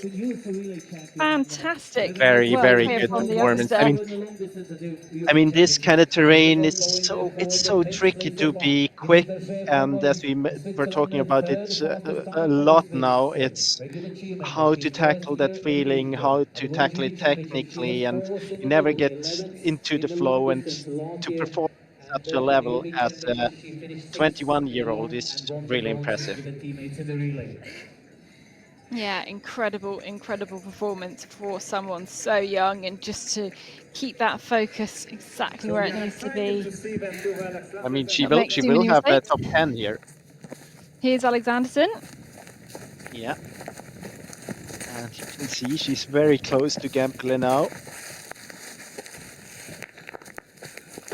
Yeah, just dropping into the control here. You can really sense she's trying to fight back on this time that she's lost at this first control. It was 3 minutes that she lost. Yeah, actually the graphics in the beginning were not quite right. It's 1:43 still. Yeah, and Abersold is less than 2 minutes away. So, yeah, we'll see her very, very soon. This is Alma Svenerud. And again, another very young athlete, of course. I think she missed the control there, right? Yeah, I think she did. just needs to come a little bit back. To come because towards this to is the same left. camera. Yeah. Yeah. Yeah, it's just overshooting it, but this is a tricky one. I mean, it's put so close to the crack that you can't really see it, even if you just stand on top of the crack. Yeah, it's so the crag isn't really very big at all, but it's just so hidden.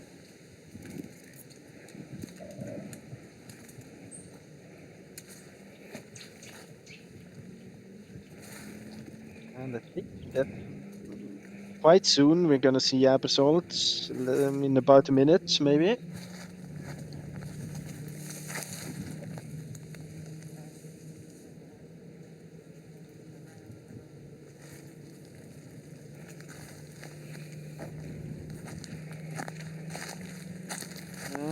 Seems as if Abersold had punched at control 14, 14 to 50, maybe 45 seconds running time. Yeah, so we're just kind of waiting for her to She come is. through the train. Here she is. There we go. Svenna Rudd, by the way. That's. I think that was Jonas Ecker. Here she is. Here she is.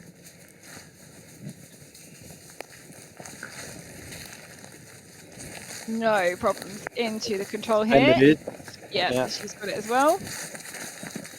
And Abersold just, you can see on the bottom right of your screen there, 26, 101, 123, 206, even with some small mistakes in the terrain, just consistently quicker on every single part of the course compared to the others. And now here she was also 50 seconds quicker than Tove Alexandersson on this part again, from 11 to 15. Yeah, very good execution here, good direction to control 13. Staying on direction to control 14 as well. Perfection here. That's Simon Imark from Sweden. So men started 5 minutes past 3. Seems to be a good finish time from Simon Imark, 43 minutes 19 seconds. So and behind you can see Hanna Lundberg. She's actually running together with Maja Sianoja still. This shows that Abersold has caught and dropped Sianoja and Lundberg. So it really just shows how she's running through a quality field. Here's the Swede, then here's Hanna Lundberg. Of course, a World Cup middle distance win to her name back in, what was that, 2021, on the resume of orienteering after the COVID pandemic. Well, she's on the way to control 15. So the next control will be the TV control. Can't really see Sianoja, should just be behind her. There she is. Yeah, forming a little train with the running camera operator.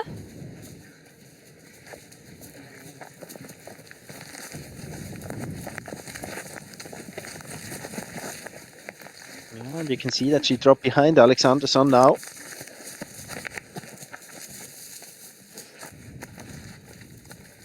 You also know that we have seen problems, especially to control 18, the second last control. So there's still the chance for Lundberg to get back into the medal fight. Yeah, anything is possible. Well, you can also drop right back out of it as there's actually a big group approaching control 18 now, cracked, having some issues there, but Benjaminsen has tried to drop Harju Petrova, so she should be the next one we see through into the finish. So we have now seen, in fact, all our runners through control number 15.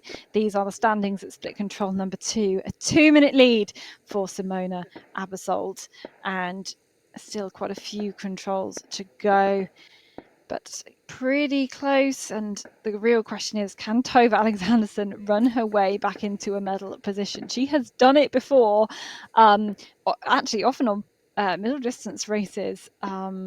she has managed to get back into contention as well. So we will see what she can do over the last few controls. Just a reminder, we do not have GPS tracking coverage from Tove Alexanderson. Something must have gone wrong in the forest there, or she's actually literally just dropped it in the forest, because we're still getting a signal from it just much earlier on in the terrain. So we're not exactly able to bring you her routes, but back.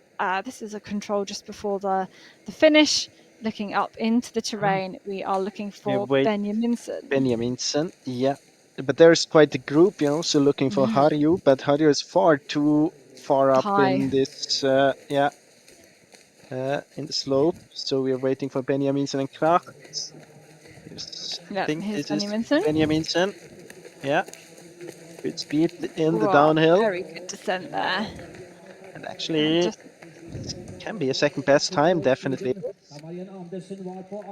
Yeah, Benjaminsen has worked really hard on this last part of this course, and she's going to be rewarded with a second place here.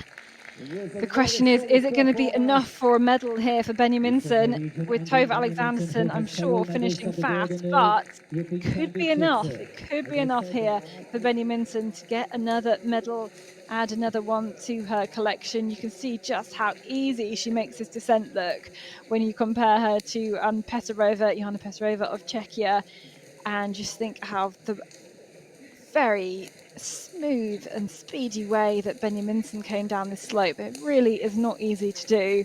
This is Harju, who you can see was just too high on control number 18. She's kind of lost more of this group here, now having to catch up. We can take the Finn all the way in towards the finish. She's already, you can see there, outside of the top 3. Will be outside the top 5 at the moment, but has had to work hard after having been caught by Andrina Benjaminsen. Actually, I think that Benjaminsen didn't have the best execution to control 18 either, because she lost a bit compared to Gampele, who also struggled there. So there we go, have her into the finish. So looking back now, we've got only 4 runners yet to come into the finish. We're looking for Tove Alexanderson, Maja Zienoja, Hannah Lundberg, and Simona Abersold. And actually Alma Svenerud as well, all making Here we have way comparison between Benjaminsen and Gampele. You can see that both didn't have the best way to control 18, but Benjaminsen is a bit high in the slope, overshooting the control, and you can see that Harju is doing the same, but even more extreme. She is 25 meters too high up the slope. And I think that's a reality of, it being one of those last controls, it being a tricky control, a big, long slope, and the athlete's feeling really very tired at the end of this race, right? Yeah, definitely. And it is a tricky one because you don't have many big features. You're running in the slope for quite a while, then you don't have so many distinct features just before the control. It's very steep, so you don't really get anything for free there on the way to control 18. Here's Alexanderson. Absolutely not. Yeah, she is on her way towards the finish. Coming down really very much from the left here, but dropping down onto the track, and you can see that I think Alexanderson is going to be outside of the medals today as long as things go right for Abersold. Alexanderson will come into 3rd place here. She's going to be well within the time to be able to beat Paula Gross, Canadian athlete, just getting out of the way for the multi-world champion, the living legend it is. But it's going to be 3rd place for now, 2 minutes and 3 seconds behind Gempel. I think she must have lost time at the end as well. We don't have the GPS tracking to be able to show you. But you can see the difference in motivation between Alexanderson and the Canadian runner there. Yeah, you absolutely can. But 3rd place for now. And here we go. We're live with the tracking. Look how much time. So Abersold has caught up both Zienoja and Lundberg and absolutely left them for dead here because she's so far ahead. And if she nails this one, which she looks like she's doing, she shouldn't have any problems at all. I think she did it very good. She was running out on height, so she didn't try to go up or to go down a little bit in the beginning. She was very distinct with staying on height, and then she got this first kind of wall with the cracks. From there, she took the second part with cracks with the open field, and then got to this most distinct crack just below control 18. So very well executed for Simona Aberson, as she did throughout the whole course. I don't think we have seen any bigger mistakes by her today. No, I mean, there was the tiniest mistake at control number 10, and just looking back through the race, that seems to have been it for Simona Abersold. It's an incredibly executed race, and look how big the time is compared to the previous leader, Natalia Gempler. Simona Abersold is going to defend her European title here in this middle distance race on incredibly different terrain compared to last time in Estonia. She has done it, and by a huge, huge margin. She is delighted there, and I think wants to go and download straight away. I think, yeah, she looks incredibly satisfied in that race. Very, very happy. Just waiting to get the punch out as the result as well. I think she doesn't really know what to And I do. mean, no, but I mean, she got good feedback throughout the course. She was very early catching up with Hanna Lundberg. Then she could push away from the Swedish runner. And I mean, that shows her that she has a good physical speed, at least when you just can push away from Hanna Lundberg. And of course, she's not 100% sure because the running time is quite high. So if you come to the finish with a time of almost 41 minutes in the middle distance, you usually don't think you're going to win. But yeah, today it was good enough, definitely. Look, and we can spotlight this last part of her course. We haven't really had much time to focus on. I mean, this execution is just flawless. Yeah, I mean, maybe that you could go more straight from 16 to 17, but I mean, that's more a tactical decision than an execution problem. So I think it was very, very well done today by Abersold. I mean, we have seen how many struggles all the others had throughout the course, at least at 1 or 2 points, and she got through without any bigger problems the whole course. So that was very, very impressive. Yeah, all her time being put into the preparations, becoming familiar with this terrain, like she is able to use her time so effectively, as off so well here. So Yeah, let's have a look and see let's where see maybe the here. medals are going to be decided. But Hannah Lundberg, oh, this is going to be very She is tricky. in she is in troubles because she's 25 meters too high in the slope. She also got that first crack a bit more than halfway. She should have noticed that that's the first one and then dropped after it. I mean, she dropped a little bit, but she only dropped for about 20 meters. And if you count the curves, it's almost 50 meters that she should drop from there. So now she's far too high up the slope. Yeah, I'm just trying to figure out where is she She has, alone? Does she have company? yeah, I mean, if she has, she is together with Maya Sianoya, but if she has good feeling for distance now, she can drop there because then she knows that she has to be somewhere on the line to the control, but too far up. But she's so far up the slope. It's really nothing you would like to do to drop just 50 meters to a control if you're not 100% sure where you are. Yeah, and there is a radio control on number 18. It's a little pre-finish control, and she was in 6th place and maybe climbing. She's now dropping to be 10th place. She might drop even more. She's now 6 minutes behind, and obviously Now still she yet to punched have the it. punch. Yeah, there we go, She into 10th place. So dropping from 6th to 10th and dropping 2.5 minutes pretty much on from TV2, so from control 15 to 18. Yeah, and as I mentioned some point in this broadcast, it's really something that the Swiss runners are very good at. Oh, she's. I don't know what's that. I thought she was kind of drawing the map or some problems she had throughout the course. No, it was very good. I mean, if you look at the result, the Swiss team performed incredibly well with Abersold taking the gold and Gempel in second, and Paula Gross on fifth and Ines Berger on sixth. So 4 runners in the top 6. And I said it, I mean, you have this kind of orienteering. You can find it in especially in southern Switzerland in the Italian-speaking part. So maybe not so Alexanderson, it was not your perfect race. What happened out there? Oh no, for me it was a really bad race today. I couldn't handle the terrain. I was, I don't know, I did a lot of mistake. It felt like I did mistake everywhere. So it was not just like one mistake. It was just, so yeah. I didn't have it today, so but yeah, it's really impressive about Simona's race and Natalia and Rin as well. So they really deserve the podium places today. And what made it so challenging in this terrain? Actually, it was the flat part I had the most problem with. I didn't have the right direction, but also on the slopes I don't know. I just was bad everywhere, but it's all when you're running, you just focus. So I haven't analyzed anything yet. But yeah. And was the terrain as expected, or was it a surprise for you? No, I think it was quite as expected, but I haven't been here in training so much. But actually, I really like this kind of terrain, and I really enjoy the course and really enjoy running here. So it was a pity that I ran so bad, because it was really, really fun. So I really had wished that I could do it better.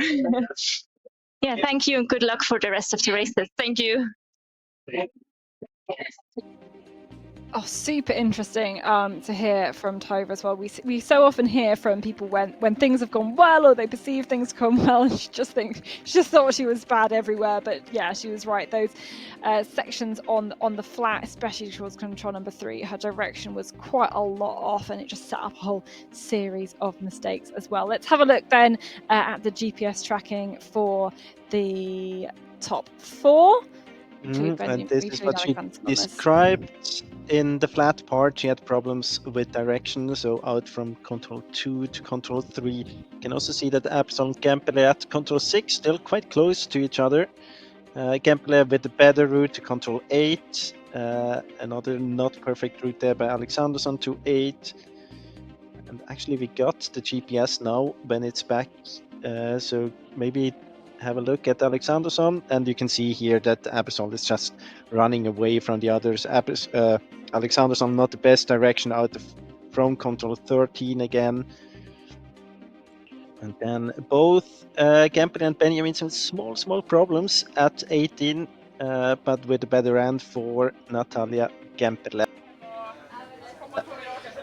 And we're standing here with Simona Abersold, the winner of EOC 2024. How does it feel? It feels great. Or at the moment, I feel really sick. I just had to drink 1.5 liters of water, so that wasn't too good. But you have to hydrate yourself. So no, it felt really good to come to the finish and defend my title from 2 years ago. So this feels great, definitely. It looked like quite a solid race, but still quite different from the qualifications yesterday. How was it out there? Yeah, definitely. It was really, really different from yesterday. I knew that it would be a lot more challenging today. So I was prepared for that. We have been training in this kind of terrain for the last 2.5 weeks, so I knew what was awaiting us. But it's always a surprise to get the new map and see how everything is mapped. So now I'm really, really satisfied with my race. There were a couple of small mistakes, but all in all, it was really solid. Tell us a little bit more about those mistakes, because it looked pretty solid on the stream and you caught up to Hanna relatively smoothly. So tell us a little bit more. Yeah, I saw Hanna quite early in the race, so this gave me quite a good feeling. But then we made a small mistake together. I knew that I had to take care when catching up with people in front of me.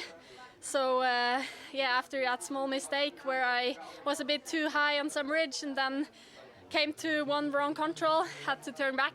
There I lost a couple of seconds, but after that it was, or can't really think of any more big time losses. So yeah, it was a clean race. And reloading now for long distance in this weather and this terrain, how do you do that? Yeah, definitely. That's the main point of this evening. I haven't done that really well in the past. When winning one race, I messed it up on the second race. So that's my big goal for this championship, to keep the flow and know that my legs are good, to recover really well, and then give everything I have left tomorrow. All right, thank you and congratulations. Thank you so much. So straight into recovery for Simona Aebersold then. And yeah, I mean, she was trying to think of where those mistakes come from. There was pretty much only one major time loss there for Aebersold. These are the top three. Benja Minsen, yet another medal again too for Natalia Gempler. But this woman here, Simona Aebersold, defending her title, never an easy thing to do, especially when the terrain can be so varied when we come to the forest orienteering and these European champs over the last few years. But just a flawless performance. And I mean, really one thing that she said there in her interview, Jonas, she's been 2.5 weeks preparing and training in relevant terrain. Like, that is a lot more than what other teams and other nations have been able to do. Yeah, I mean, she is one of the runners that really likes this to prepare in the terrain, and I mean, you have to have a special attitude if you just a few days after the biggest goal of the season decide to move on and go to prepare the next goal, and well, she did that perfectly. It was a very good run, but it was also interesting to hear that what she said, that this thing that she has to refocus now to the next run, that this has been a big challenge for her in the past. And it's actually something I wrote down here as well, because she became world champion on the long distance, and then just a few days later she would run the middle distance, and she had a terrible, not a good run. Definitely terrible for her. Yeah, and I mean, we have seen that before, so I actually wrote that down to keep that in mind as well. And now she's really talking about it. She's very, very aware of that fact, that this is important for her, that she has to refocus now and focus on the next run coming. It's not over after one race. So interesting to hear that. It's something that, you know, in the past Tove Alexandersen's been able to master. I look back at the world champs in 2021 in Czechia, and she won literally every single gold medal there. And it's also you need to have a bit of confidence if you say this has been the big goal for this championship, to be able to refocus. I mean, then you just expect yourself to perform yes. first race. Otherwise, you have not a chance to be in that situation at all. It's assumed that, first of all, that she's going to, well, if not win, but certainly get a medal, so that she has then that opportunity to rest and recover and refocus, ready for the next race, which goes on obviously tomorrow.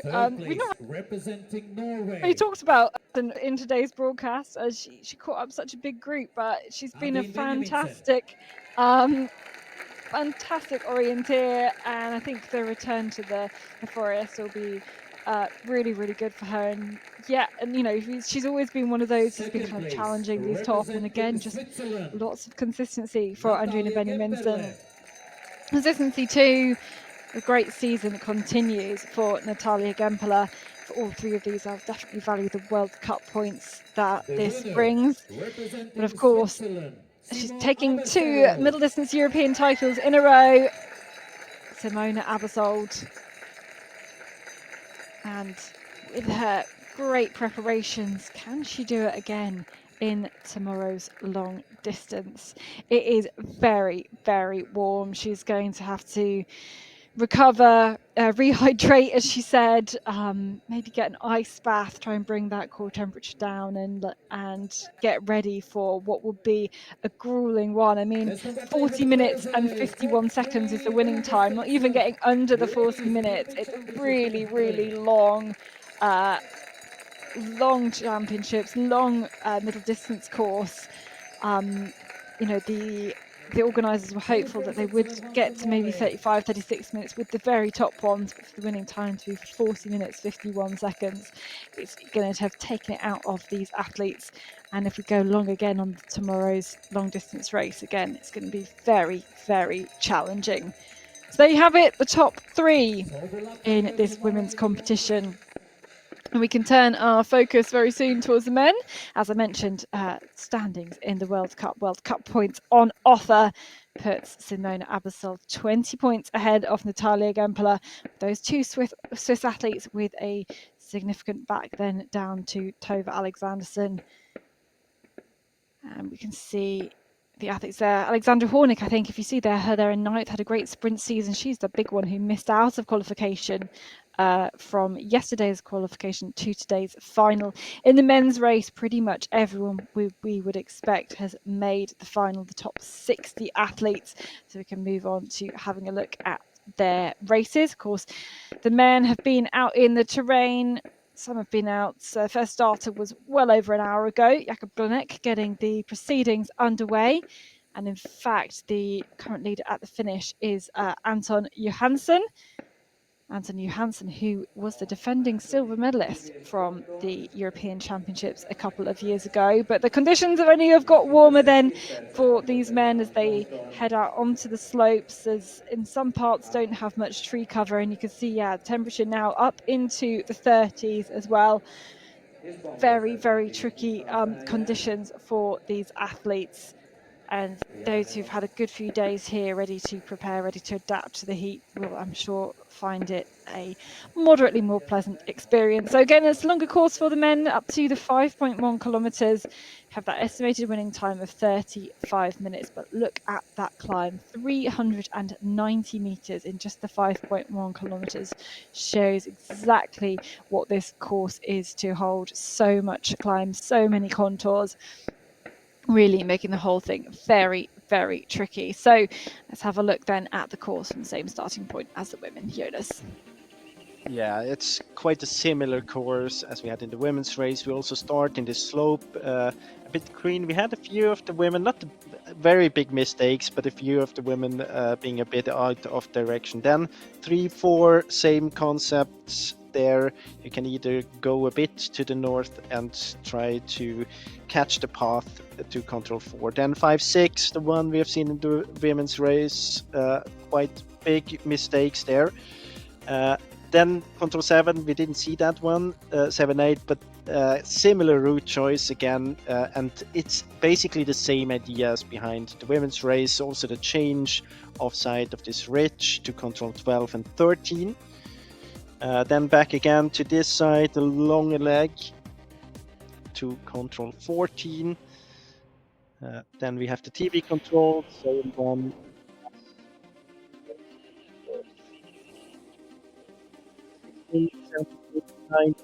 Short legs, again, very similar, but then 90 a bit longer.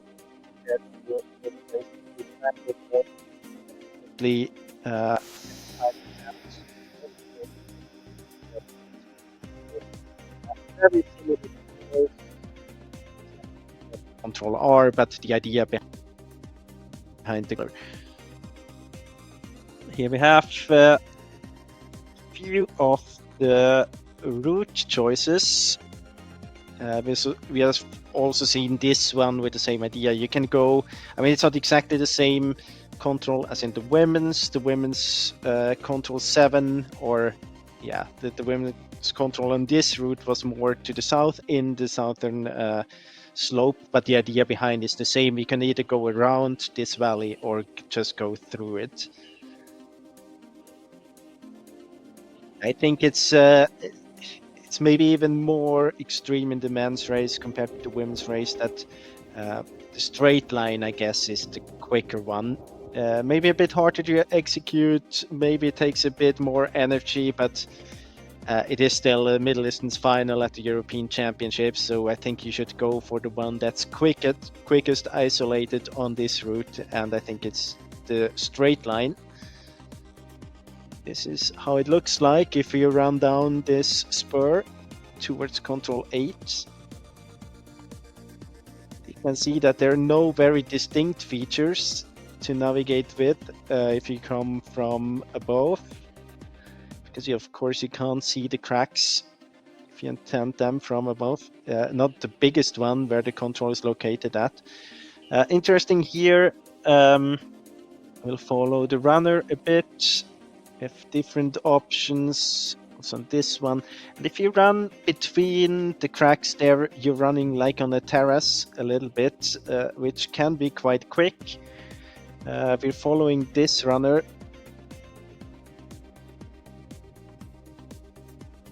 So going out here, good runnability basically. So even though it's very steep, you can almost at every point run quite quickly.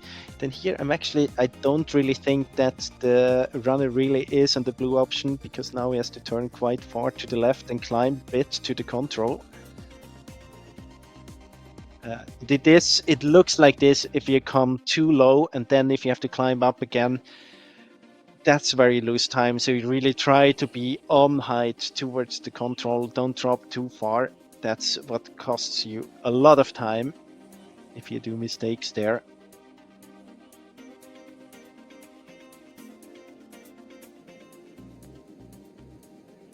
Well, This is yes, the another drone shot. very interesting course. This is what you can see of the terrain, the mixture of kind of the open on tops, and then some of the more forested, big re-entrants. So, as I mentioned, we've already had well over an hour of starts. These are the top 60 who qualified, and Jonas, it's so much more tricky always to pick our favourites from the men's class. Who do you want to throw out there? Yeah, I mean, we had even a few runners start quite early. We see it here, Thomas Krifta and Kasper Fosser, for example. You also mentioned Anton Johansson. If you look at the time of Anton Johansson, he was out for 47 minutes. I don't think he's going to have a similar performance as he had 2 years ago. But then, of course, the runners that performed well in the qualification towards the end, then Martin Riekborn, world champion in sprint, but I mean, he's good in the forest as well. So he was the European champion in long distance 2 years ago. We have Gustav Bergman, was actually running the ultra long Swedish championships just 1 week ago. So I don't know how well he could recover from that. His winning time was 2.5 hours. Then we have Albin Riedefeld, European champion. Daniel Hupman performed very well yesterday in the qualification. Olli Oja now is back again. Fabian Abersol had a great qualification. Janis Bonik, the bronze medalist from the World Championship. Troy Hadorn, silver medalist. Actually, the last starter, but he was never top 3 in the middle distance in the World Cup or at the championship either. So that's kind of surprising, or it was surprising to me when I noticed that. And of course, we have one name, the world champion, who is not here, Matthias Kibuc, because he was running the Olympics just a week ago. Yes, that's quite a lot to recover from an Olympic marathon, where to be able to make the start line for European Championships. It was great to see him racing on the streets of the French capital, though. And you kind of mentioned, again, Kasper Fosser, not a great qualification for a European champion distance. We've seen him do this before. I mean, 2 years ago, it was very decisive for him, also for his final race, then that he wasn't that good in the qualification, because then it was a lot of vegetation out in the forest, and he had basically no chance to have a good race with the qualification he had, because he lost 1 or almost 2 minutes only due to the fact that he didn't have the tracks other runners had. Yes, they didn't perform that well either, but it doesn't really matter today, because it's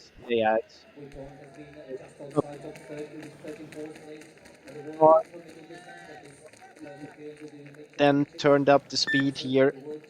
I can also see Johansson going far too far to the north there. It's not necessary to go around at this point.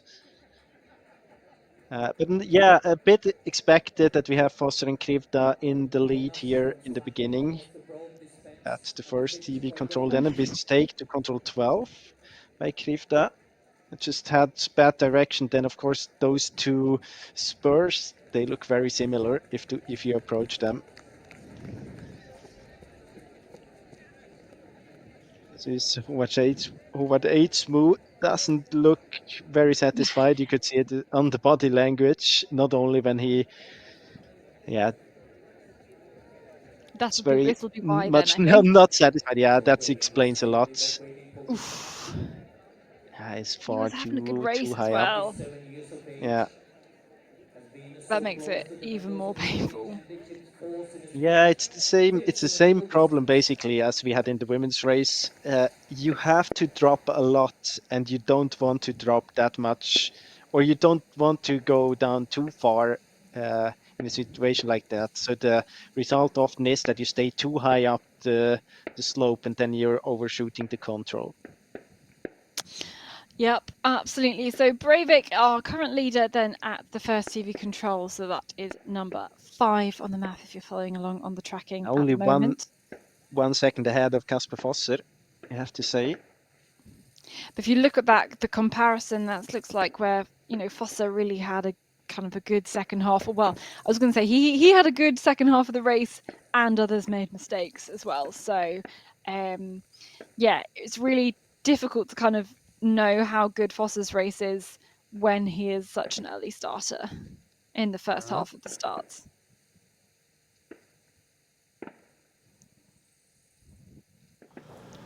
Let's take another look then back at the start. Here is Eskil Shinneberry, again a previous world champion at this middle distance race, and great to see him back in the forest.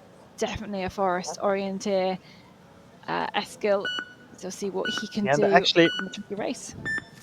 He's quite an early starter. Had problems at the first controls. I think it was even the first 2 controls yesterday, but after that he had a really good race, so he had a good speed basically from control 2 or 3 to the finish. Yeah, was a bit in danger when he missed the first controls, but could really turn around it again and made it to the final. That's the important part, of course. And now we're waiting for Kasper Fosser to the second TV split. Yeah, and that qualifier is so different. I mean, it's a lot easier, a lot shorter. You kind of know that probably a lot of people are going to be very similar times. As we saw, you've really got to push it on that kind of qualification. This one, much bigger time gap so far. Kasper Fosser is going to be 4 minutes ahead of everybody else. Goodness me. And then we also know that Eidsmo had this big mistake in the end, so he's going to be much quicker than Eidsmo. But Vito had a good start as well. Frenchman, 4 minutes and 11 seconds behind. Yeah, so he is running with Krivda, Polsini and Ivandikov on their way to the 16th control as well. Just behind them, Fosser and Krivda managed to drop that group. He's nearly catching up on Rotelier, who made a mistake to control 16. So Fosser, and now with Krivda in tow, they are a good, strong group together, and they are just going to keep catching up and dropping runners, I think.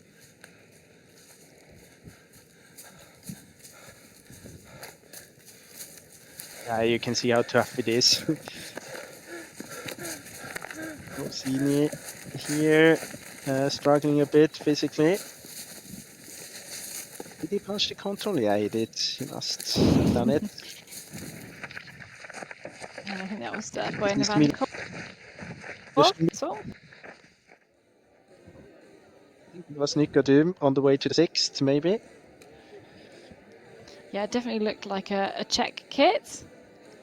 And yeah, the 6th control, Nicodem is on his way, but actually looks like maybe he was dropping a little bit of I think he was. height. I think he's on the way to the 5th control, actually. He was. Oh yeah, you're right. He's coming back. Ooh, yes, ouch. He has completely overrun that one.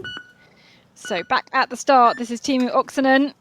He really made a splash in the sprint orienteering world this year. Let's see what he can do in the forest.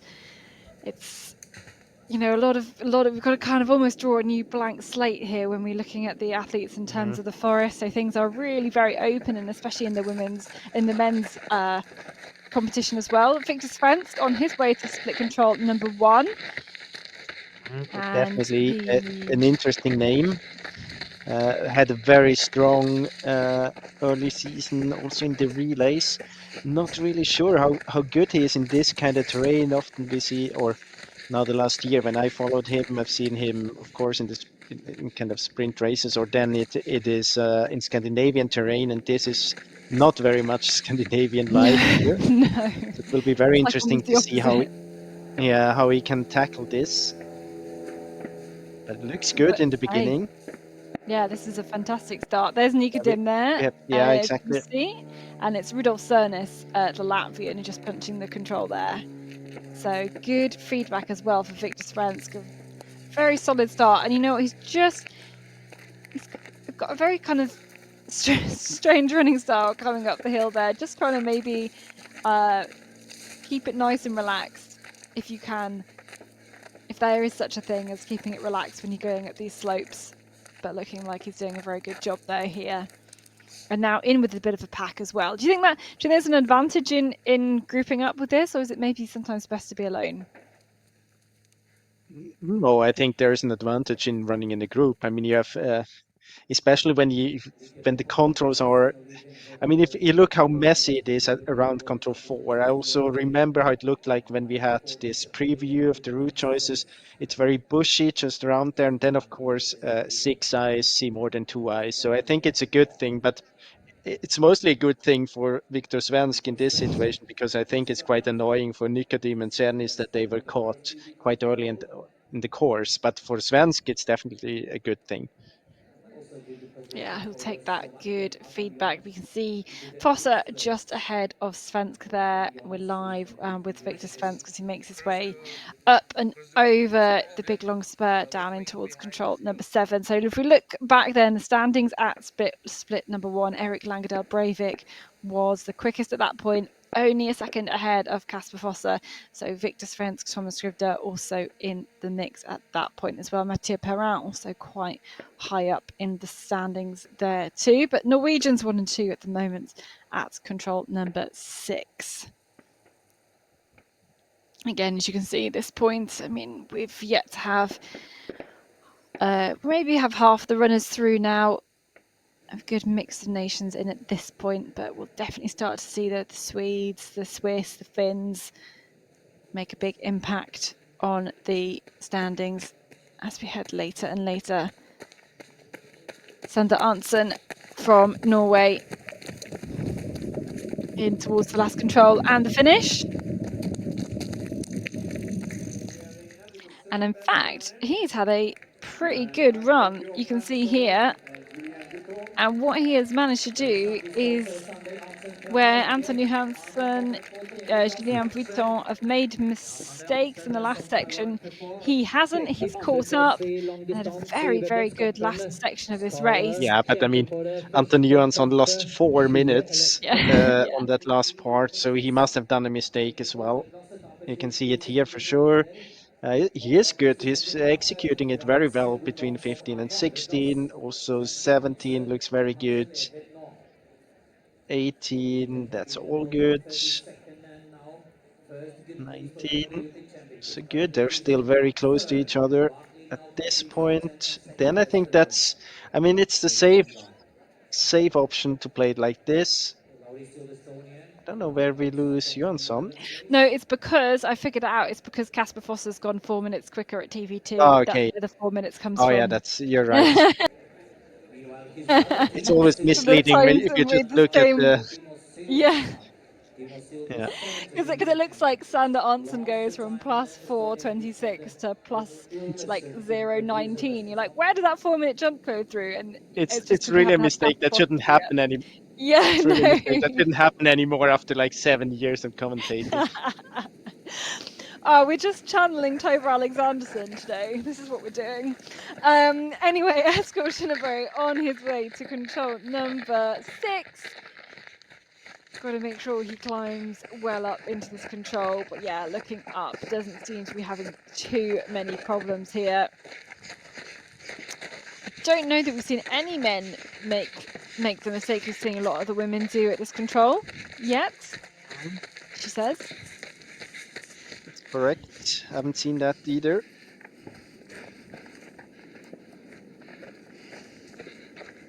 I mean, there is a chance that it tracks up a little bit. I was going to say, you said earlier it wasn't going to track Yeah, up, but and you see the but faintest not in little the track same from the way. drone. No, not at all. Not in the same way. I mean, yeah, it tracks up so that you can see where to run. But I mean, in 2 years ago, it tracked up and you could run much quicker on the tracks that, yeah, that were produced by the runners in front of you. So Jonas Ecker into third place there. Reto Ecker. Oh, Reto Ecker, sorry. It is. Actually, an interesting. I looked a bit at the split times from yesterday from the qualification. He had a good speed as well, but every now and then he's doing a mistake. You can see it here as well, far too low in the slope. I think when it just comes to the speed, he's really in a good way, and the control he gets well, he's quick at, but there are too many mistakes. I mean, that one's control 1. He just hasn't climbed at all going to that, unless his plan was to go to the path and come up, but surely not. How much time Johansson lost there between 4 and 5 by running kind of out the valley.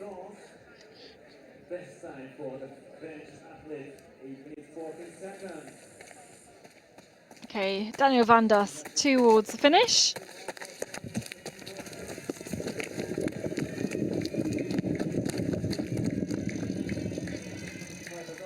He must be, I was going to say, trying to find out where his time's going to come in. He's going to be well outside of the top 10. Maybe going to get into that 13th spot. 14th spot indeed. And again, more athletes in towards the finish as well. This is Matej Baumholzer. But he looks like he's going to be in 17th, 18th position, I think, here. Actually, we should have Foster to the finish soon, but he's missing at the third last control.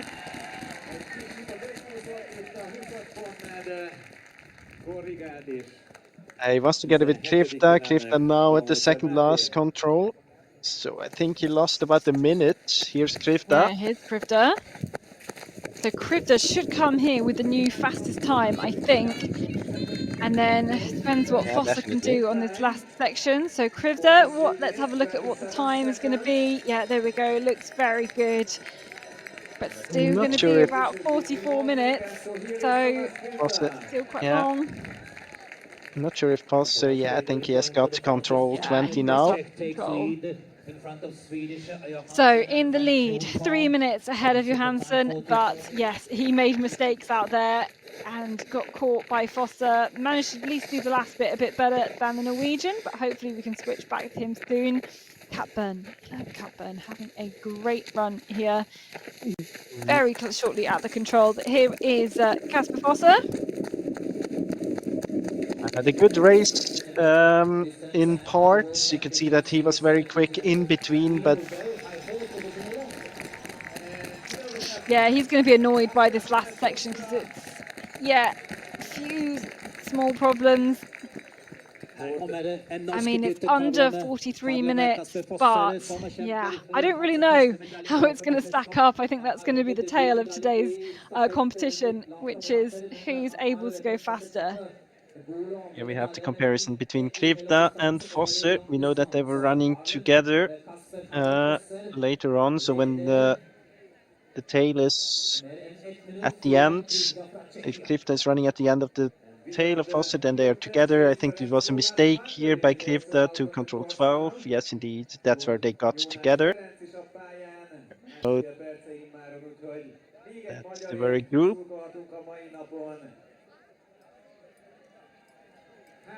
No problems to 14. Playing it quite safe to 15.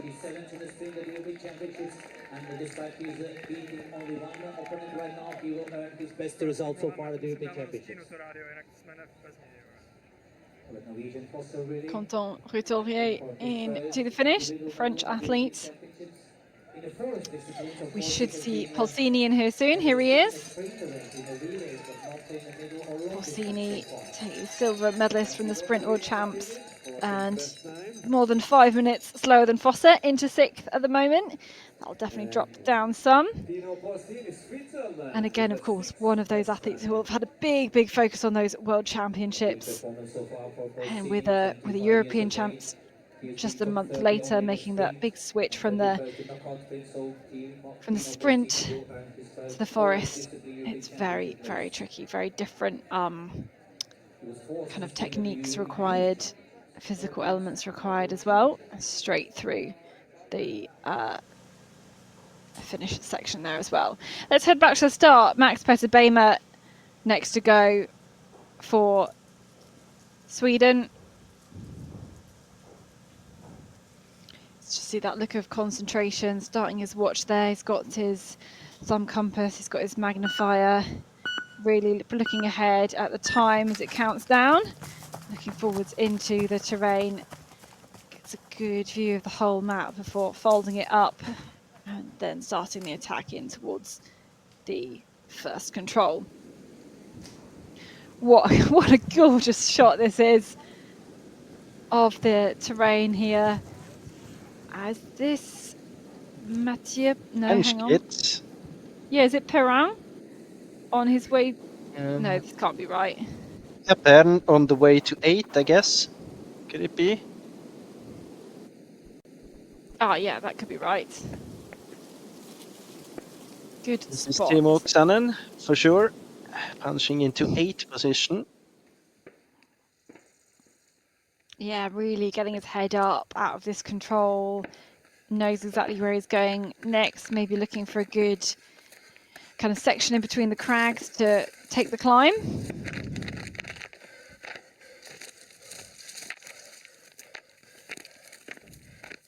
Again, a lot of these crags are quite maneuverable. At least they are in this section.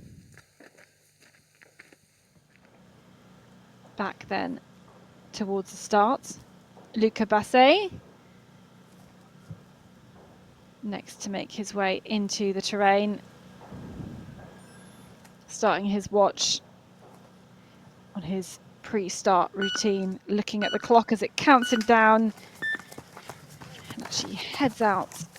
Yeah, and I mean, breaks the barrier just quick. Talking about the middle distance specialist, he has 7 top 5 positions in the World Cup, and these 7 races, 6 for a middle distance. So that's really his kind of discipline. Yeah, definitely. I mean, just from you know, from Basset onwards, you know, you can argue where you want to draw the line. There's medals that have gone around pretty much all of these guys' necks, or great performances to show. So where the actual medals are going to go, it's going to be really kind of interesting to see and interesting to be able to tell. Interesting now, take a look at control 20, because that's where Foster is going to lose time. He's too high up the slope, and if you compare to Krifta, he noticed that, goes down, and you could see that he was about 50 seconds quicker to this control, so it was definitely a time loss there for Kasper Foster. It almost didn't look like anything on that tracking at all. It didn't look like much of a mistake. If you zoom in, you really notice how much time he's lost. Martin Regborn, the new sprint world champion, former European, well, current European long distance champion as well. He's really got a lot to do, but he'll definitely have had maybe some post world champs blues to see if he can recover from that. We are going flitting around from the start. That was control number 6. This is control number 16. Then on this course, in the sunshine, in the woods, and Axel Emblad is 4 minutes down. I think we're gonna hear from Kasper Fosse very soon.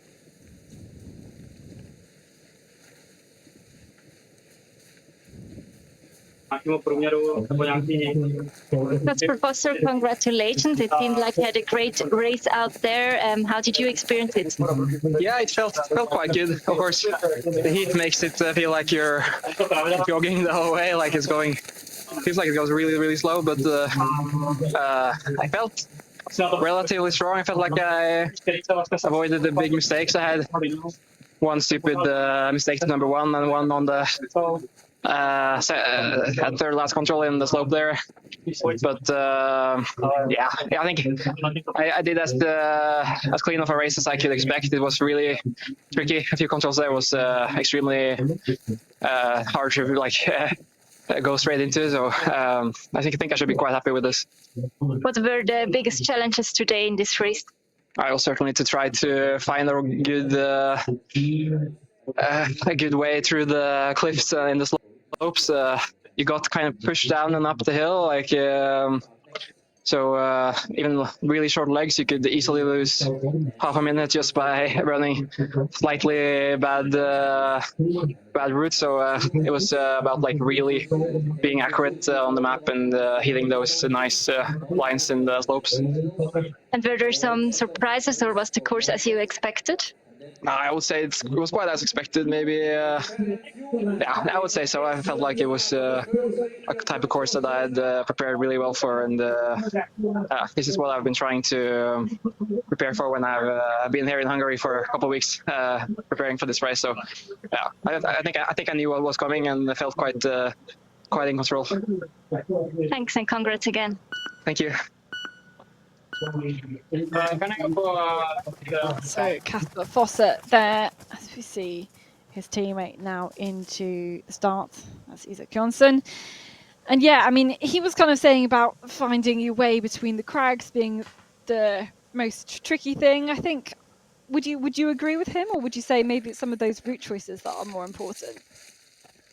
No, I don't think there. I mean, yeah, you can definitely lose time on the route choices. But as he says, I mean, you can lose so much time at every control, and you have many of the controls. And I think the most difficult part in this course is to get all the controls without losing 20 to 30 seconds. And I mean, the route choices, yeah, they are there, but I think if you prepared well for it, yeah, quite many runners notice that it's a good thing to go straight as close to the line because the runnability is so good. So I don't think it's really the route choices that decide this race. Okay, Franz Jonas here on his way up to control number 5. We're going to go switch to the finish for Rito Eka. A good start. Franz Jonas will be very interesting to follow him.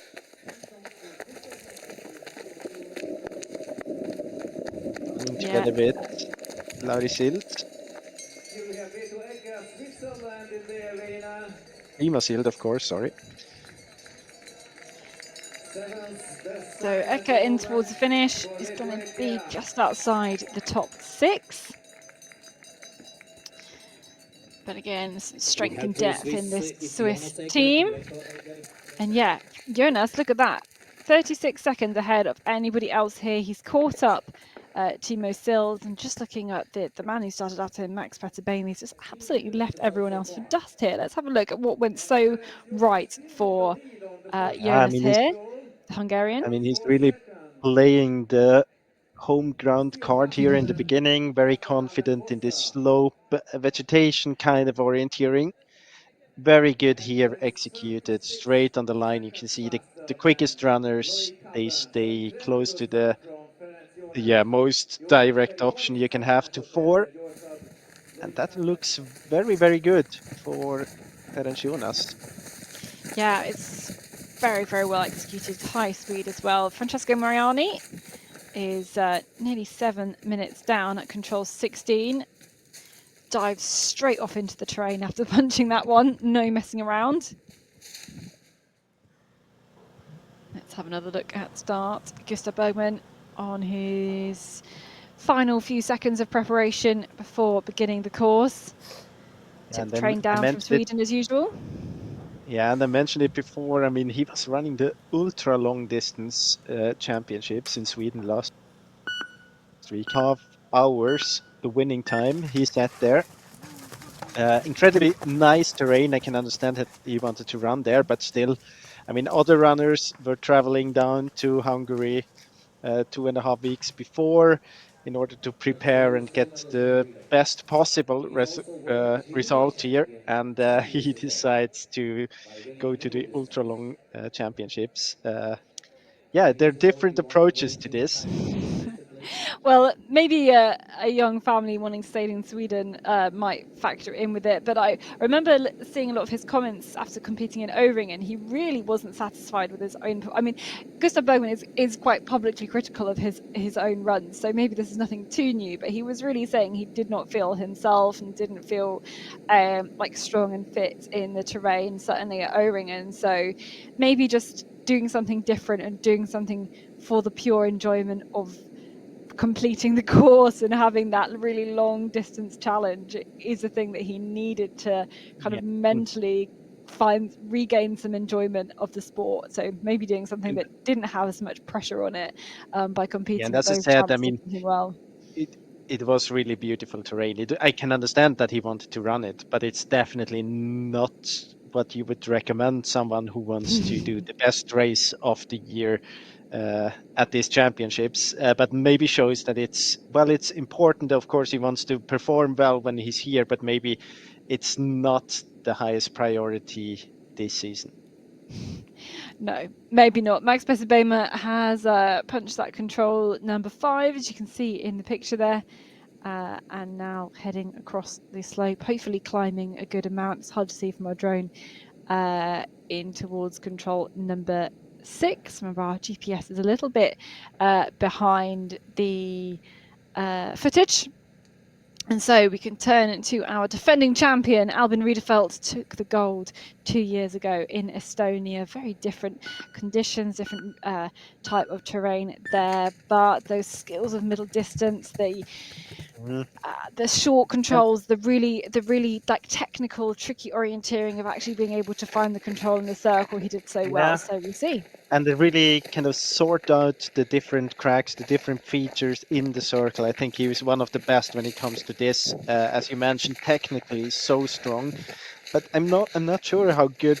I mean, this is some kind of it's a strange thing here. It's continental, but it's still very, very technical, and it's a slope, and I don't know how good he is at handling this kind of terrain. But usually when it's high demanding technical terrain, is very good. Yeah, we'll see as Max Besser-Böhmer there just has punched control number 6, equal 20th place at the moment. It's already losing 2.5 minutes on the leader at that point. Climbing then up towards control number 7. We've got Basse approaching this control. Here he is. We've also got Regborn on his way too. And remember, it was Ferenc Jonas who did a great start to his course as the leader at control number 6. So let's see what this middle distance specialist can do here.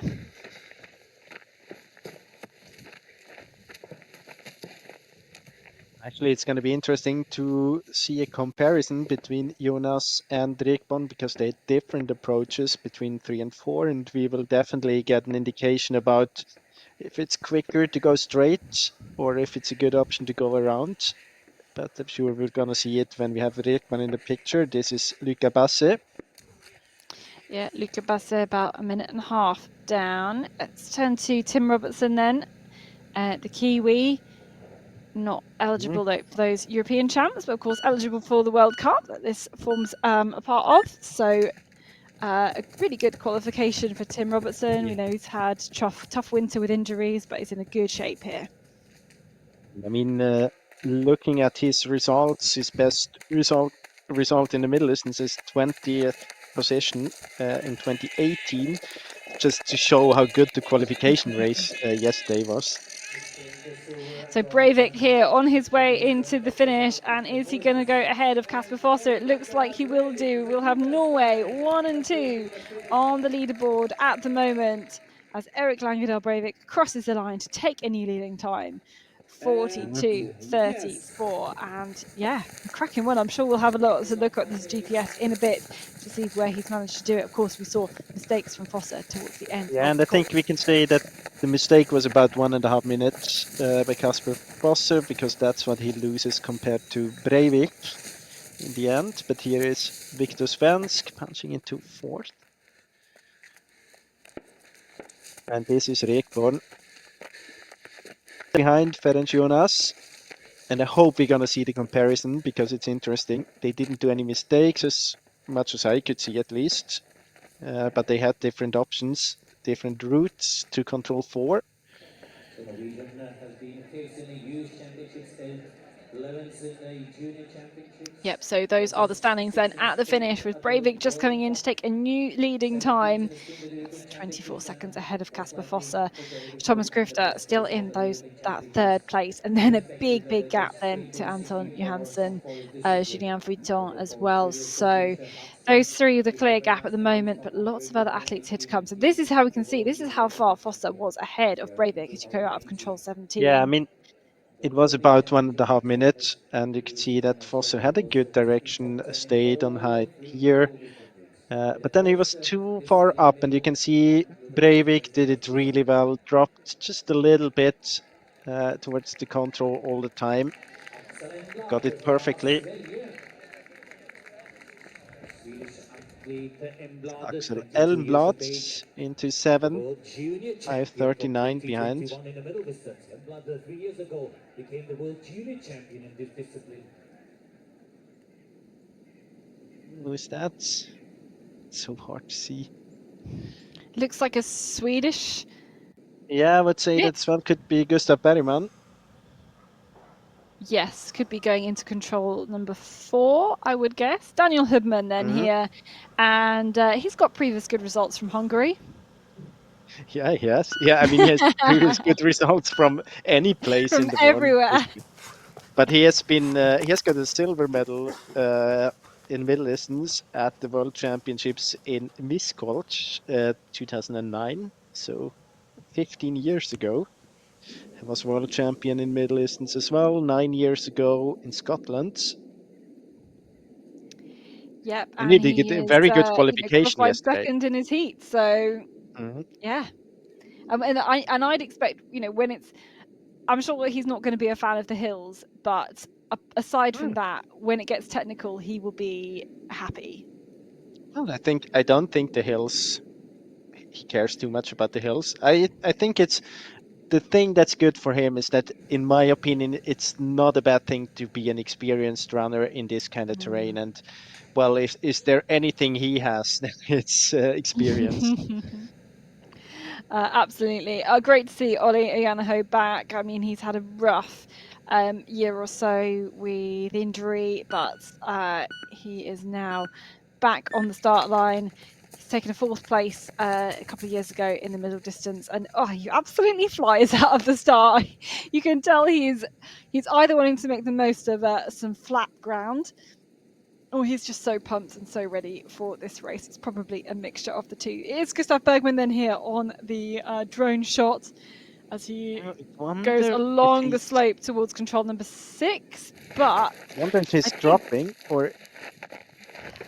No, I think he's already been to control number 5. Yeah. Yeah, he's been there, but I was wondering about if he's climbing or dropping to 6. Well, someone who has dropped to 6 is Isak Jonsson. Jonsson, sorry, Isak Jonsson. So I did ask, did any of the men make this mistake that we saw a lot of the women make? And yes, Isak Jonsson is currently making this mistake on the way to control 6. So, but Bergman already, you can see, quite a long way behind Ferenc Jonas, Hungarian, who is still in the lead. Had a fantastically executed, good route choices, first section of the course. Here he is. You could kind of see the difference between Ferenc Jonas and Gustav Bergman running in the slope here. It just looked smoother for Jonas. But yes, it's not. Hopefully, we'll catch up with Jonas because he's not all gone exactly to plan after this. I wonder if there's something as starting a bit too quickly. We'll catch up with him, I'm sure, when he's at control number 16. This one, Eskil Schinneberg through though in 5th, and Bergman climbing up out of 6th, climbing up out of the control, checking those routes. Let's have a little comparison then. Breivik compared to Bergman. Good control taking. First 2 controls, very similar also to the third one. See here, both of them go quite far to the north. Not the Bergman with a small mistake there at control 4, then not having the best exit either. But I think they lose about 40 seconds only to control 4 because they go too far to the north. And a second best split from Albin Riederfeld. Yes, it's the route choices and it's the execution in the circle. It all counts so much, and that's why we have these standings here then at split number 1 with French Jonas taking a very, very direct route straight as you like to control number 4. Kat Byrne there still in the mix, so too Martin Regborn, Erik Langerdahl Breivik, who is our current leader at the finish.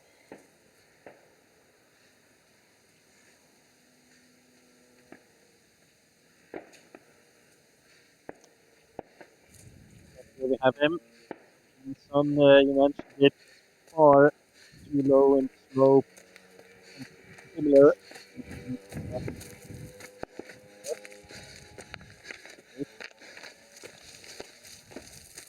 And that's why he's so far behind at this point already. You can see it here in the replay. Also already here, unnecessarily high up the slope.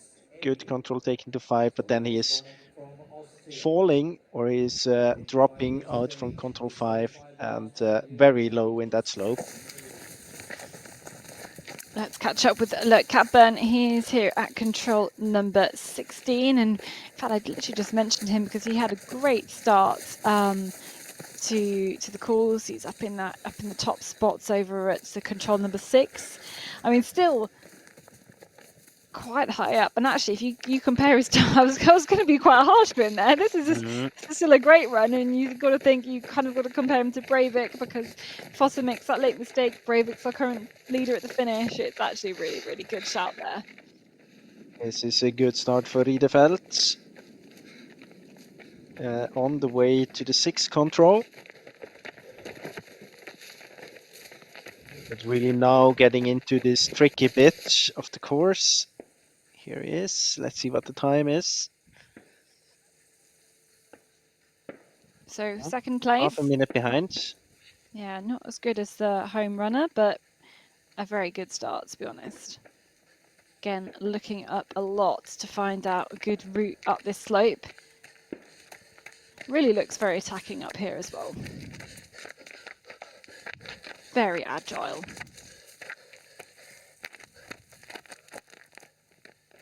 Hear the sound of the metal studs on the rock.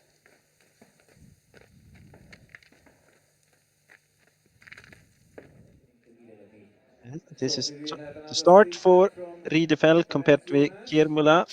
I did a mistake here. Kiermula at the first control, quite a big one. I was close to the control, not really there. You can see very good navigation skills by Riederfeld through the cliffs and rocks there between 4 and 5.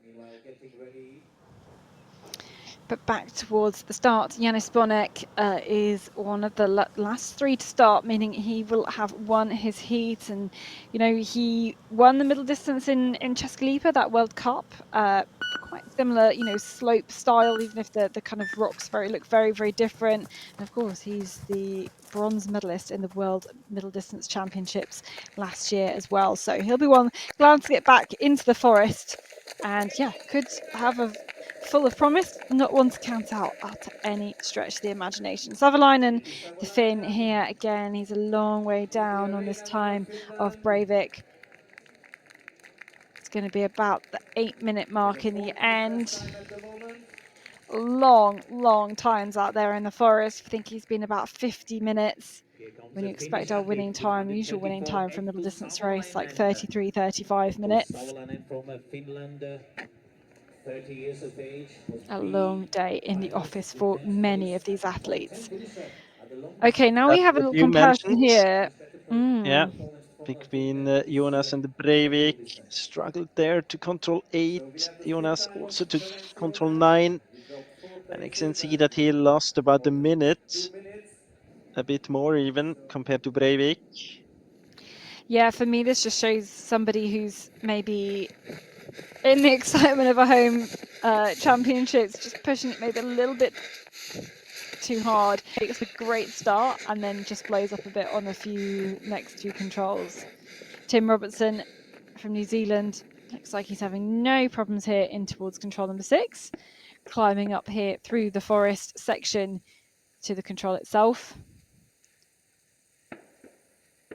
But is about a minute and a half down, quite a few at that minute and a half point.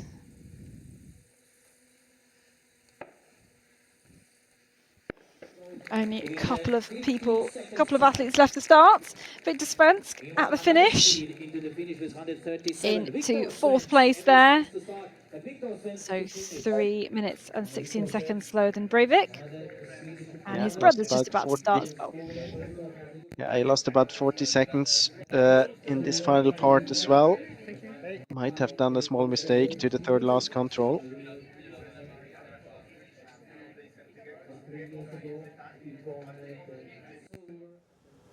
Okay, back towards the start. This is the second to last starter, Joey Hadorn, about to begin his campaign. Peering ahead, looking at the clock, trying to get cool. And Joey Hadorn, he feels like to me he's always the king of the climbs. Do you think this course can suit him? Yeah, I think it can suit him. Definitely good confidence after yesterday's qualification. He definitely has the technical skills as well. Sometimes it's a bit of a question mark if he can keep it together throughout the whole course, if he manages to do so, of course, physically. And when it comes to technical skills, I think he can perform very well. But as for all the others, can he keep it together at any control? That's the big question. Our last starter then, Emil Svensk, second in the Sprint World Championships. They've had a top 3 in the middle distance. You can see a lot there, 10, 12, 10. But here's our final starter here today. Obviously had a fantastic qualification and ready to set off. So he will be the one trying to chase around all the others, trying to catch them maybe, possibly, doing his best. Here's Daniel Hubman then on his way to split control number 1, making good progress, it looks like, through this terrain. He has actually done quite a few mistakes. Had big struggles at the 3rd control. Then he did small mistake at the 5th as well, I would say. I mean, he started 2 minutes behind Robertson. Robertson was here, I think, 1.5 minutes late, and it was quite a while ago. Yeah, you can see it. 2 minutes behind. And Oyanaho, I'm just looking at the GPS tracking. Oyanaho has done the Tove Alexanderson mistake and is nearly on his way to control number 6, where he should be finding control number 4. So hopefully he's relocating and figuring out exactly what has gone wrong. I'm not sure he has. Again. No, I don't think he's 100% sure where he is. Quite far away from the control still.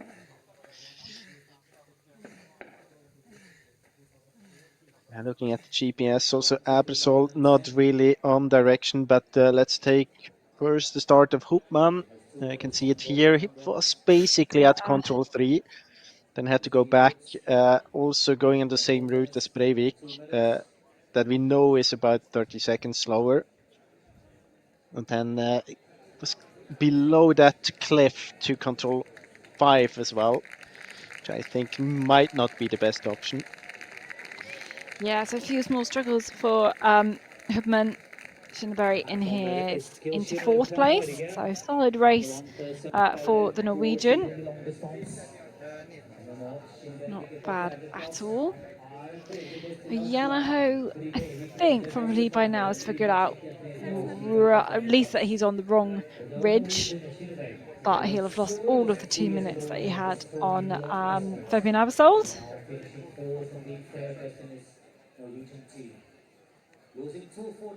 On to you. 14. Overshooting 15. He's so close. Oh man. Yeah, I lost about a minute there, a bit more maybe. I was so close Oh, to has the he got it control. now? I think he might have done. Yeah, it looked like that.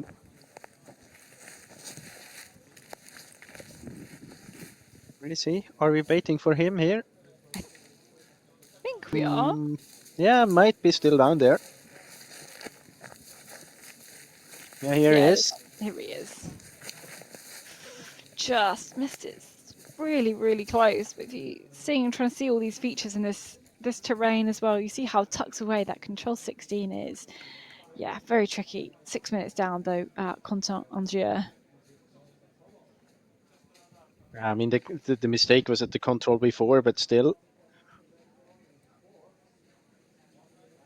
We have a group approaching this control fairly soon. Oxenen is on his way, so too Ferenc Jonas, the Hungarian who took the lead at the first split. So he should be here in the next couple of minutes or so. This is, I think this is Oxenen on his way to the 15th control. Oh no, this is Olli Janho. He's on his way to the first control, but yeah, mistakes. We can say for Olli Janho, as he will make his way. He hasn't got to the 5th control yet. We might pick that one up on the drone shot. Seeing if you can spot the control in the terrain. Together with Abersold and Bonek, actually. More or less together. Would be interesting if we could catch them. Here is Abersold, I guess. Yeah, and then we have Bonek. Yes, I think you're right. There's the control. This is number 4. But I mean, that's a very good position for Bonek now. Yeah, obviously he doesn't know quite the disaster that Janho's had, but yeah, he's certainly going to get some really good feedback from that. Yeah, but I mean, Oyanau didn't have a good start. Abersold didn't really have a good start, so I'm not really sure if Bonek is up in the very lead there. But on the other side, we know that Ferenc Jonas lost a bit of time as well. Ruslan Glibov here in towards finished, Ukrainian athlete. And he's going to be in the top 6. Nice. So experience maybe paying dividends here. Low at cat burn though, into the finish. Ooh, and he's lost some time in this last section. Out into 4th. He must have made some mistakes in this last part of the race then. Really interesting to see. Let's have a little look then. Maybe we see it here. See the comparison between Breivik and Capern. Still good at control 16. TV control, very similar. They run here on those controls. Maybe a small hesitation at 19, losing time there. Seems as he loses time just by running, and then the second last control as well. This is Ferenc It's Jonas. almost like he fell at that control at 19 or something, because then he just loses a whole load of speed going to 20 and then makes a mistake at 21 as well. Yeah. So I wonder if he fell or something. Lost speed here on the course. Ferenc Jonas had a great start, but then you can see it here in the graphics. I mean, we have seen one of the mistakes or 2 of them. Now he's 3.5 minutes behind. I mean, it's still okay, but taking the start he had, he could have performed better today. I'm actually not sure if Oyanau has been at control 4. We'll have a look at that in a bit, but look at Bonek and Breivik. Yeah, a bit low there, Bonek to the first control, then quite similar to Breivik. Taking a similar approach to control 4, that's why he was about a minute, I think he's behind. Yeah, 1 minute and 5 seconds. I think mostly because of the mistake at 1 and the route to 4. Otherwise, technically, Alex was win. Alexander Kratov was 14th and Glibov behind the teammate in the 15th place. So 2 Ukrainians. Let's have a look then at the standings. Split control number 1, control number 6. Jonas still ahead. 33 seconds ahead of Albin Riederfelt. Maybe we should be looking more closely at Riederfelt's time, at Regborn's time, Breivik, of course, as well, who are still our leader at the finish. This looks This is like Hadorn. Hadorn. Yeah. Have the best start. Struggled a bit before. It'll be interesting to see the replay. I can also see when I look at the GPS, Oh my it seems gosh, like a yes. tough start for Svensk as well. We almost need to see some live tracking on Svensk and Ianaho because it is not going well for either of those. But I wonder if Svensk GPS has stopped now because it didn't move for a long time. Anyway, still behind Hadorn on the way to the first TV control. But you can see the time there. He lost almost 2 minutes or a bit more even in the beginning.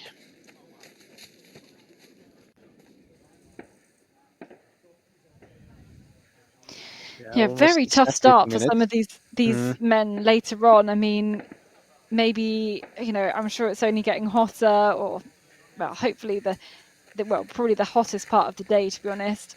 And those having sat in quarantine all afternoon, yeah, it's really proving very tricky.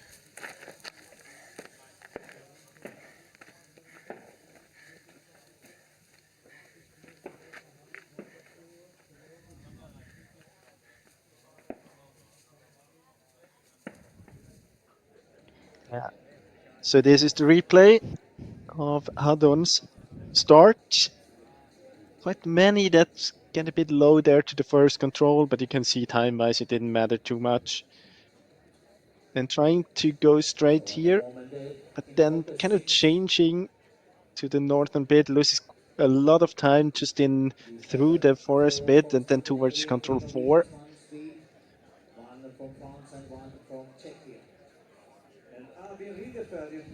I mean, not That route really a choice. mistake close to the control, but on the way he's not very distinct in his orienteering. Yeah, I think you've put it very clearly there. Just that diverting the plan towards control number 4. It's lost him a lot of time. Here's Regborn. Still quite okay. 1 minute behind. We know that Foster's going to lose time. He's not too far away from Breivik. Yeah, if you think about 13 seconds behind Breivik, but we've not really talked about Breivik's time, but seeing his route using the comparisons, he's so direct, just seems to have taken every control with ease here, really.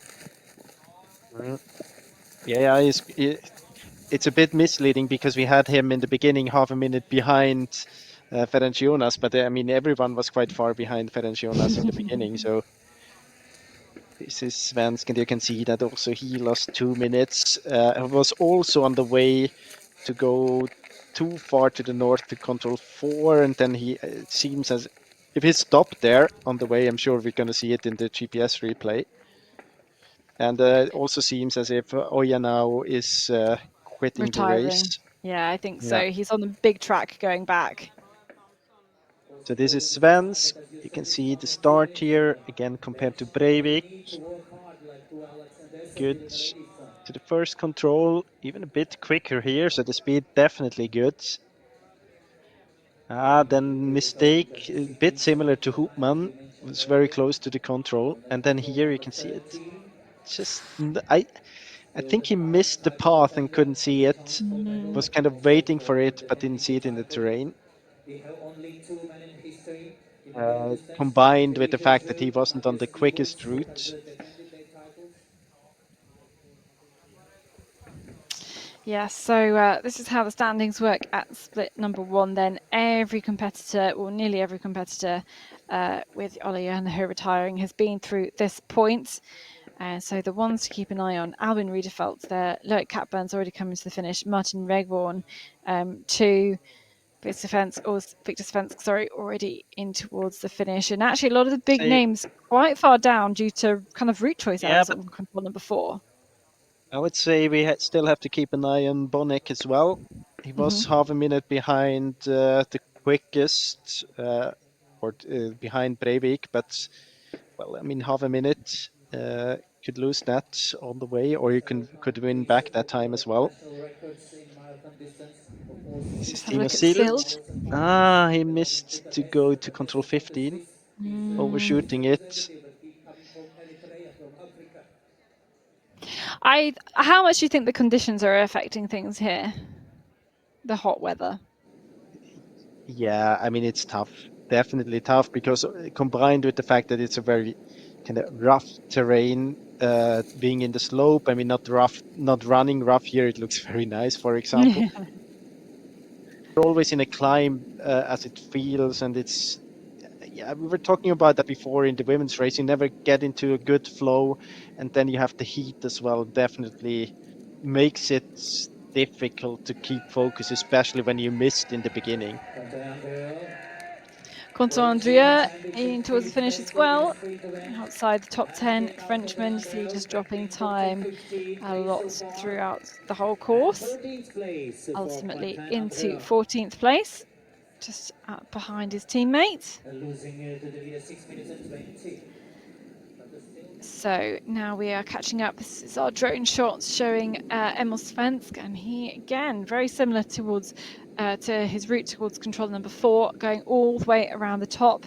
So he's got to execute the way back down. Better again this time. You can see maybe trying to decide when he's going to head down into the terrain, just sticking along the path along the top of the tree line at the moment. Thing is, if you run the straight option, you have to you only climb like 10 meters. So I don't really understand why you should go that far around. And if you go around, why you go all the way around? You could cut it earlier there, in my opinion. Well, I think maybe, you know, certainly I think it's rough in the... Yeah, it's rough in the bottoms. I think some runners will like come in with a, you know, they'll have done their preparation, they'll have looked at a lot of maps or maybe done some training, and they'll have gone, it's always better to go round, or like 7 times out of 10 it's better to go round, and then they're bringing in too many preconceptions from maybe their preparations. Yeah, I mean, there definitely has to be a reason. Of course, it's stony and in the downhills, it's not very convenient, and you know that the runnability is very good if you go around. But yeah, maybe it's a bit more than 10 meters climb, but not, I mean, it's not much more than, it's not, definitely not more than 20, and you go far to the north if you go all the way around. And actually, I think that Svensk is quite in a risk doing another small mistake. I got it together again. Yeah, I think he's got it together again. But yeah, he just doesn't have that direction right coming off. He like crosses the top of the re-entrant, and then just, you can see there, just gone west instead of southwest.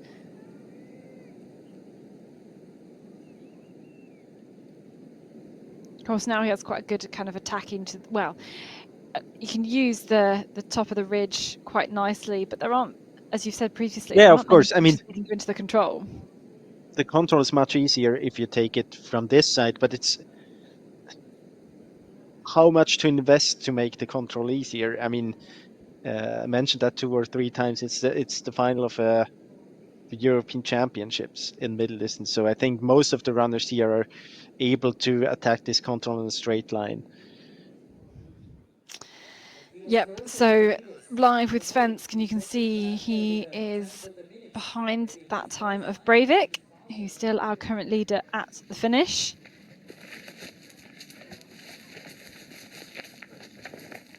Here's Riederfelt towards control number 15. Yeah, very interesting. You can see it here, very similar to the time of Fosse, and we know that Fosse lost time, so we have to compare him to Breivik. So he has about a minute in advantage. So could we have 2 champions defending their titles today? It's certainly possible.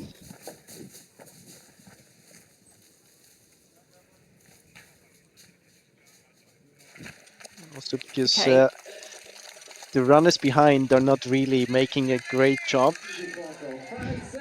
Bonek is struggling now. We have seen Svensk. No, I think that you're being quite kind by saying that, that they're not making a good route.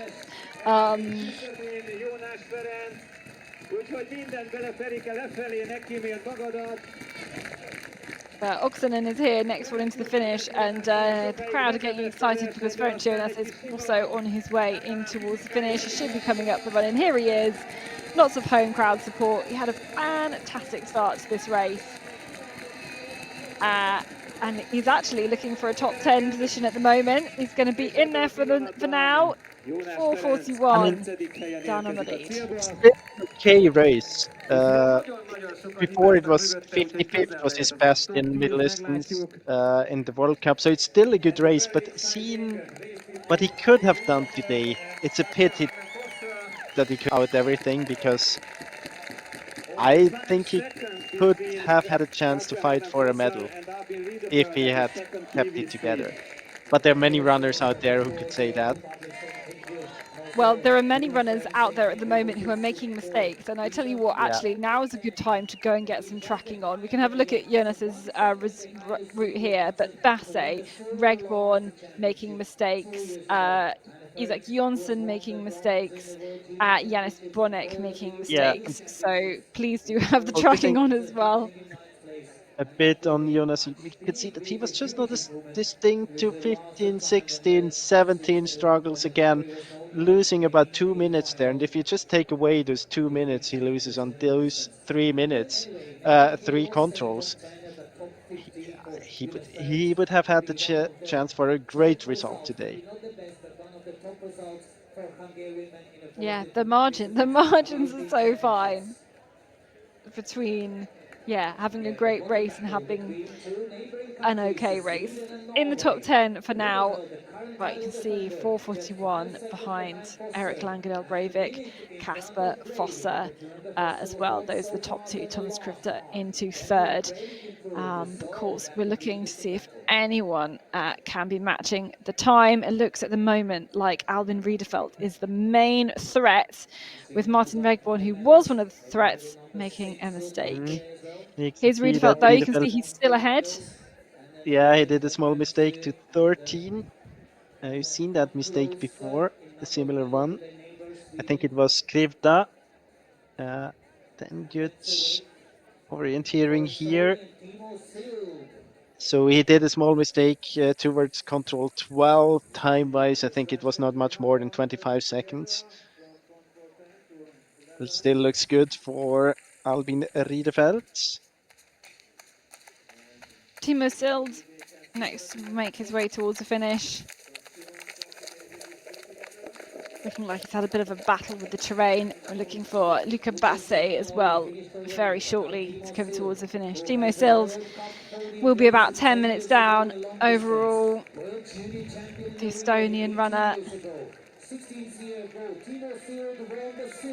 52 minutes of running for him, and crosses the line into 29th place. Here's Basse.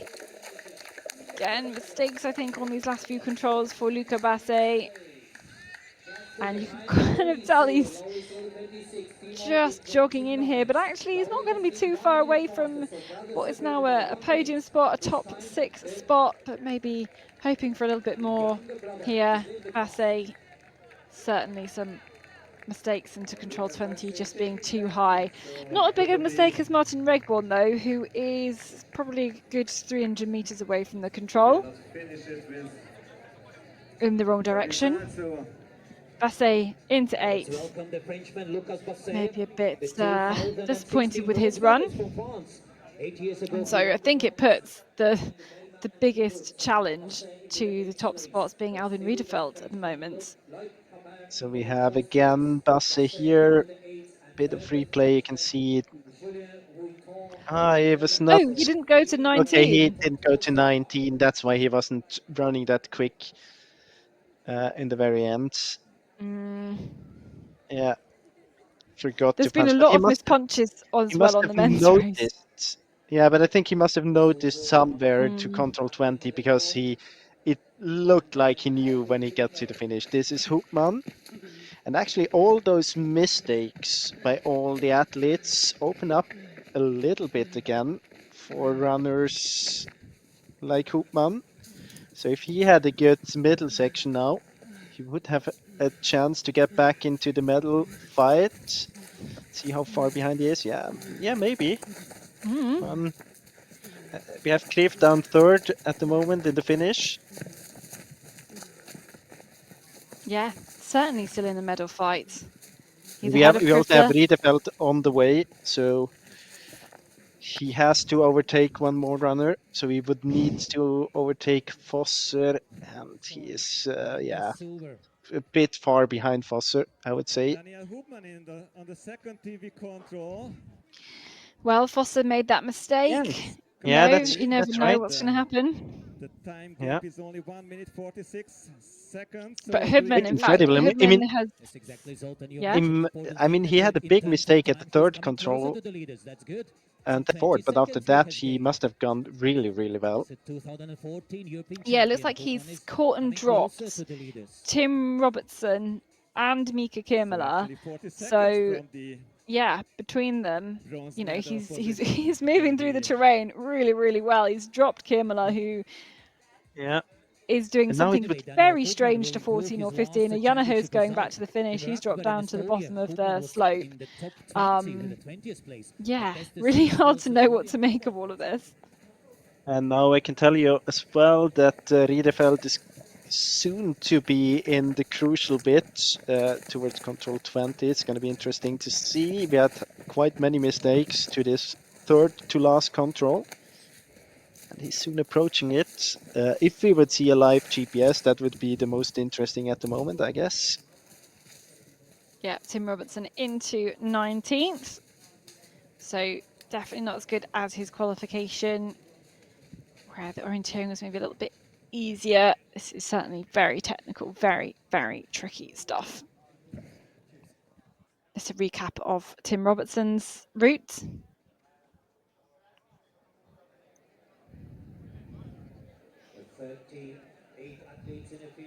Wiggling around to get the right crag in at 14, 16, where we've just seen him. But yeah, you can see just how far away he is compared to the leader. And if we add Mika Kirmala to the mix, Kirmala is even further behind and having more troubles around the course. No, it would be interesting. I think Kirmala's going back. This is a mistake from Regborn. We were mentioning it to you earlier. He was all the way at the top here. It's a huge mistake. It was. We had someone else back there. I think was it Fren. Who was it? Someone very angry. There was someone very angry. Oh, who like kicked the floor? Anyway, watching at the finish now. Here is Regborn, or nearly here is Regborn. He's just going to drop down out of the control number 21, down towards the finish. And I think it was 8.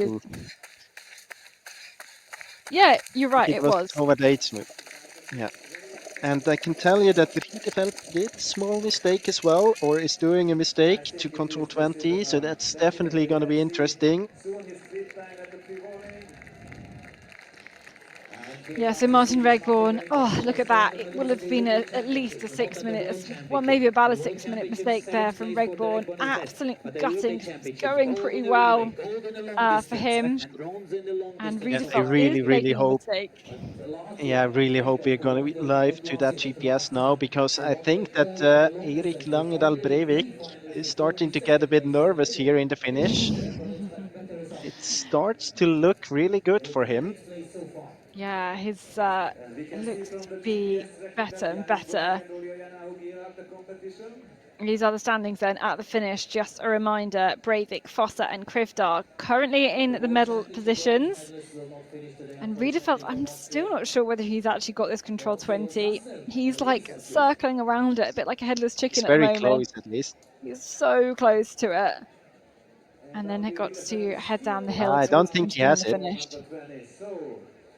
Oh, maybe he does now. Yeah. Yeah. Well, we'll see. This is Kirmala. Where was he even? What? Why was he even coming into number 9 from that? Oh, maybe he went all the way around. I think top. he's 7. Yeah, exactly. So that's not really the surprising. No, that's not the issue. But yeah, you can see Oya now retiring. Yeah, and Kirmala quite big struggles there, and then joining Oya now on the way back. Yeah, the two Another Finns good day for the. unfortunately retiring. Actually, I'm not. Yeah, now he must have gotten it. Riedefeld. We're waiting for him now, but he's late. He lost time here at the third to last control. So will he end up with a medal then? Albin Riedefeld. It was looking so good until control number 20. It so proved so decisive on this race. So let's have a look at the time. Oh, he's just going to be in with a chance of a medal here. With a fast finishing Hubman though, you never know what's going to happen. Breivik is looking great for a European title here. Riedefeld into third. And I think he lost over a minute there Actually, at that Hupman gutted from the forgot Swede. to go to control 19. Oh He my has to go goodness back as me. well.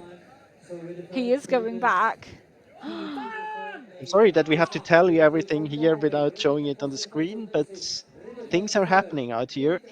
And things are happening really quickly. I think we know most of you have the tracking up alongside the broadcast, to be fair. Yeah, so we're following Riedefeld. You can see it, 17, no problem. 18 still looks very good. 19 good. And then he just does this like many others, staying quite high. At this point, I thought it might be a tactical thing that he wants to take the spur down to the control. It was too far up, then didn't really get the navigation right to control 20 and ended up doing about 2 minutes of mistake. And now, yeah, it looks good for Erik Langedal Breivik. And I hope we will see Hoopman's mistake soon. Here we have it, 14, 15. That's what we've seen before. Still good in the race, 17. Good job, 18. And then he's starting to run towards control 20 already. That's exactly what Bassi did, but Hoopman's turning back. And that would have been the chance for Hoopman actually to win a medal. Lehet Jónás Ferit szerintem ünnepelni, és jegyzem meg, hogy egy top 10-es eredmény egy EB-n sokkal nehezebb, mint egy világbajnokságon. Some congratulations all round. I'm just having a look then to see who is still out then in the terrain. So we've There's got no Hubman, one. who's just made this mistake here. Him and Robertson are still out. I think Bonnek might be retiring. Svenska Hadorn are on their way in. Abersold's on his way in. Bergman, we've lost the tracker for, but he's not punched No, at but it's control. only I was expecting him Svensk who can be in the top 10 now. And Hoopman, of course, but Hoopman won't be a threat for the medals anymore. I have a feeling Gustav Bergman is also retiring as well. It's hard to tell. Oh, here he is. This must be a retirement for me because he's not... Did you catch what he said? No, unfortunately I can't hear it. This looks like a retirement though for Gustav Bergman because he's only punched the TV control number 1, and then we've lost his GPS tracking unfortunately, so it's hard for us to be able to tell what happened, but he looks very lopsided. He often struggles with back pain, so I hope it's not that problem here. It looks, I mean, from the way he's running, I'm no expert, but it looks like you could be right. From you, Zoltan, yes. Bergman was one of the best in a qualification. And, we're still waiting. So Hoopman, yeah, he won't be a threat for the medals, that's for sure. I don't think he will be a threat for the top 6, but still could end up in the top 10. Then we have Svensk, punched the pre-control to TV2 in 11th. But has still a chance to go into top 10. And here we are behind Abersold, I think, yeah. Yeah, on his way to control number 16. But he is also quite far down.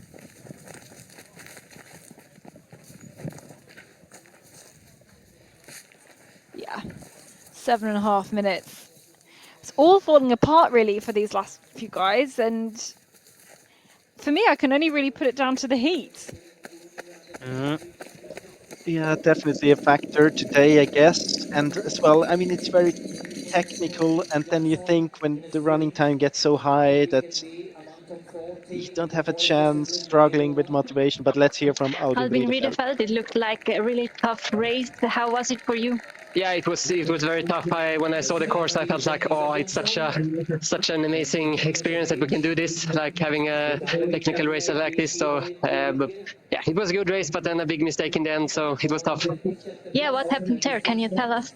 Yeah, I was quite sure where I was, and then I was hesitating a little bit, and I didn't want to come too low, so I searched too high, and then I started stressing, and yeah, I realized my mistake after maybe a minute or something, but I felt like, okay, that was the race that was gone. So yeah, but it's the way it is. It's supposed to be like that. And was the course as expected, or were there some surprises for you?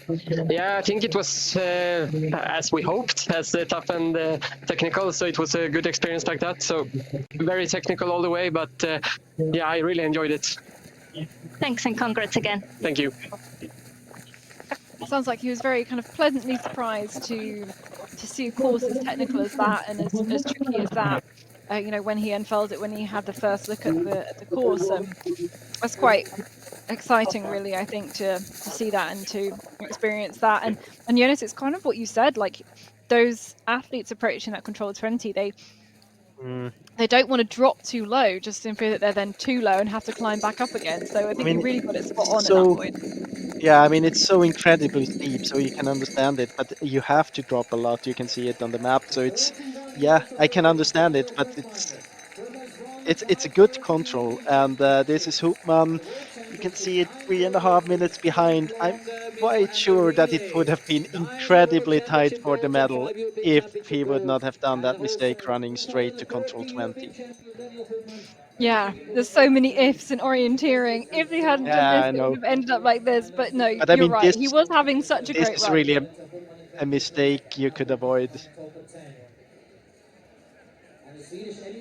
But again, it's a mistake coming towards the end of the course. Let's have a recap. This is what he did, just navigating to control 20 and hadn't hit 19 yet. So a lot of them are so close to cut together. I mean, it's not that close together, but yeah, very, very interesting to see how many mistakes are coming in at the very end of this course. Again, when it's such a long running time, and the men's winning time at the moment longer than the women's at 42 minutes and 34 seconds. Obviously, with people making mistakes in that, but still, it really is a huge, huge test. These are the standings for split number 2. Yeah, sorry. I have to say, I mean, 6 or even 7.5 minutes off the winning time you should have at the middle distance. That's a lot. I mean, it's, as a course setter, you should be able to predict the winning times closer to what it is today. I know that that it's a difficult task, but 7.5 minutes, it's too much. It's too far off the predicted time. So yeah. Well, it does not very make me satisfied with that. No, I mean, I think you've got a fair point, and actually, it does make me worried for the long distance, where you've not got a qualification, i.e., you've got loads and loads of athletes. It's going to be really warm. They're going to be out for a long, long time, and you know, I want to raise the question: is that dangerous? Do we need to not organise orienteering events at this time of the year? Yeah, I mean, yeah, well, it is. Is it dangerous? I don't know. It is a big challenge to compete in high temperatures. Today it was 31 or 32 degrees. I think we have had that earlier. It's warm, but it's not super extreme. And I'm not as concerned in a long distance. I mean, of course, it's going to get long for a few of the runners, but I mean, it's always long for the runners in position 20 or 30 in a long distance, and it doesn't make a big difference regarding the speed if you're running for 90 minutes or 100 minutes. I mean, if the speed, how you attack the controls and how you attack the the challenge and the terrain is quite similar. But in the middle distance, it is definitely. I mean, it's quite a short discipline in orienteering anyway. You put the race tactic together in a way that you do it in 35 minutes if you're one of the biggest favorites. If you're then off by, I mean, almost 20%.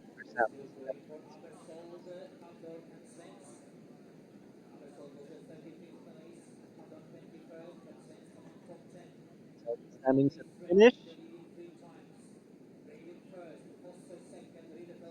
And the sprinters here, page, out lists.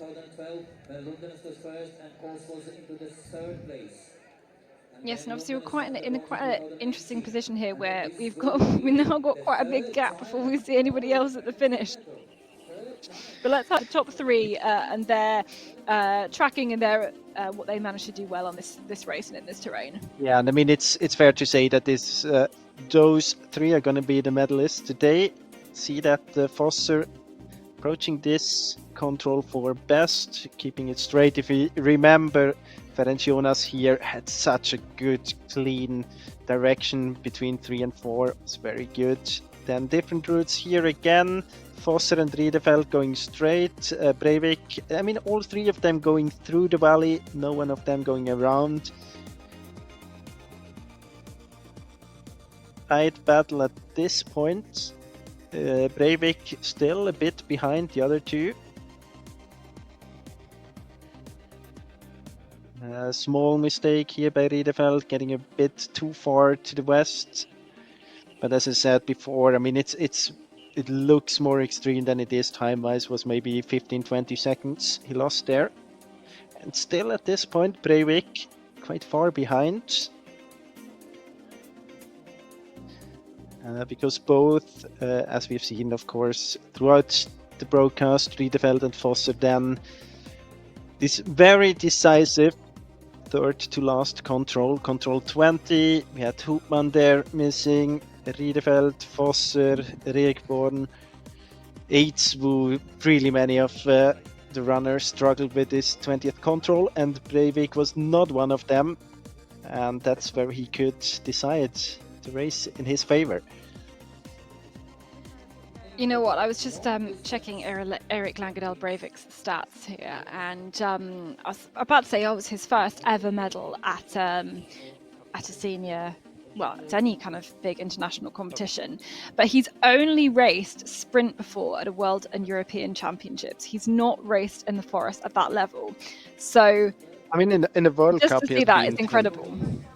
Yeah. Standing here with Erik Langendal Breivik. What a race. It's been a nervous wait in the arena, hasn't it? How did it feel standing and waiting for the results coming in?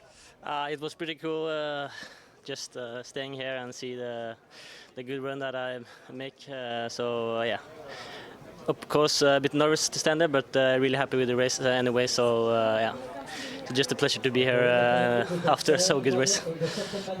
Yeah, it seems like control number 20 was one of the keys to your victory today. Bring us through the course, like what was challenging and what went smoothly? I suppose 20 was the last longest stretch, or leg. Yeah,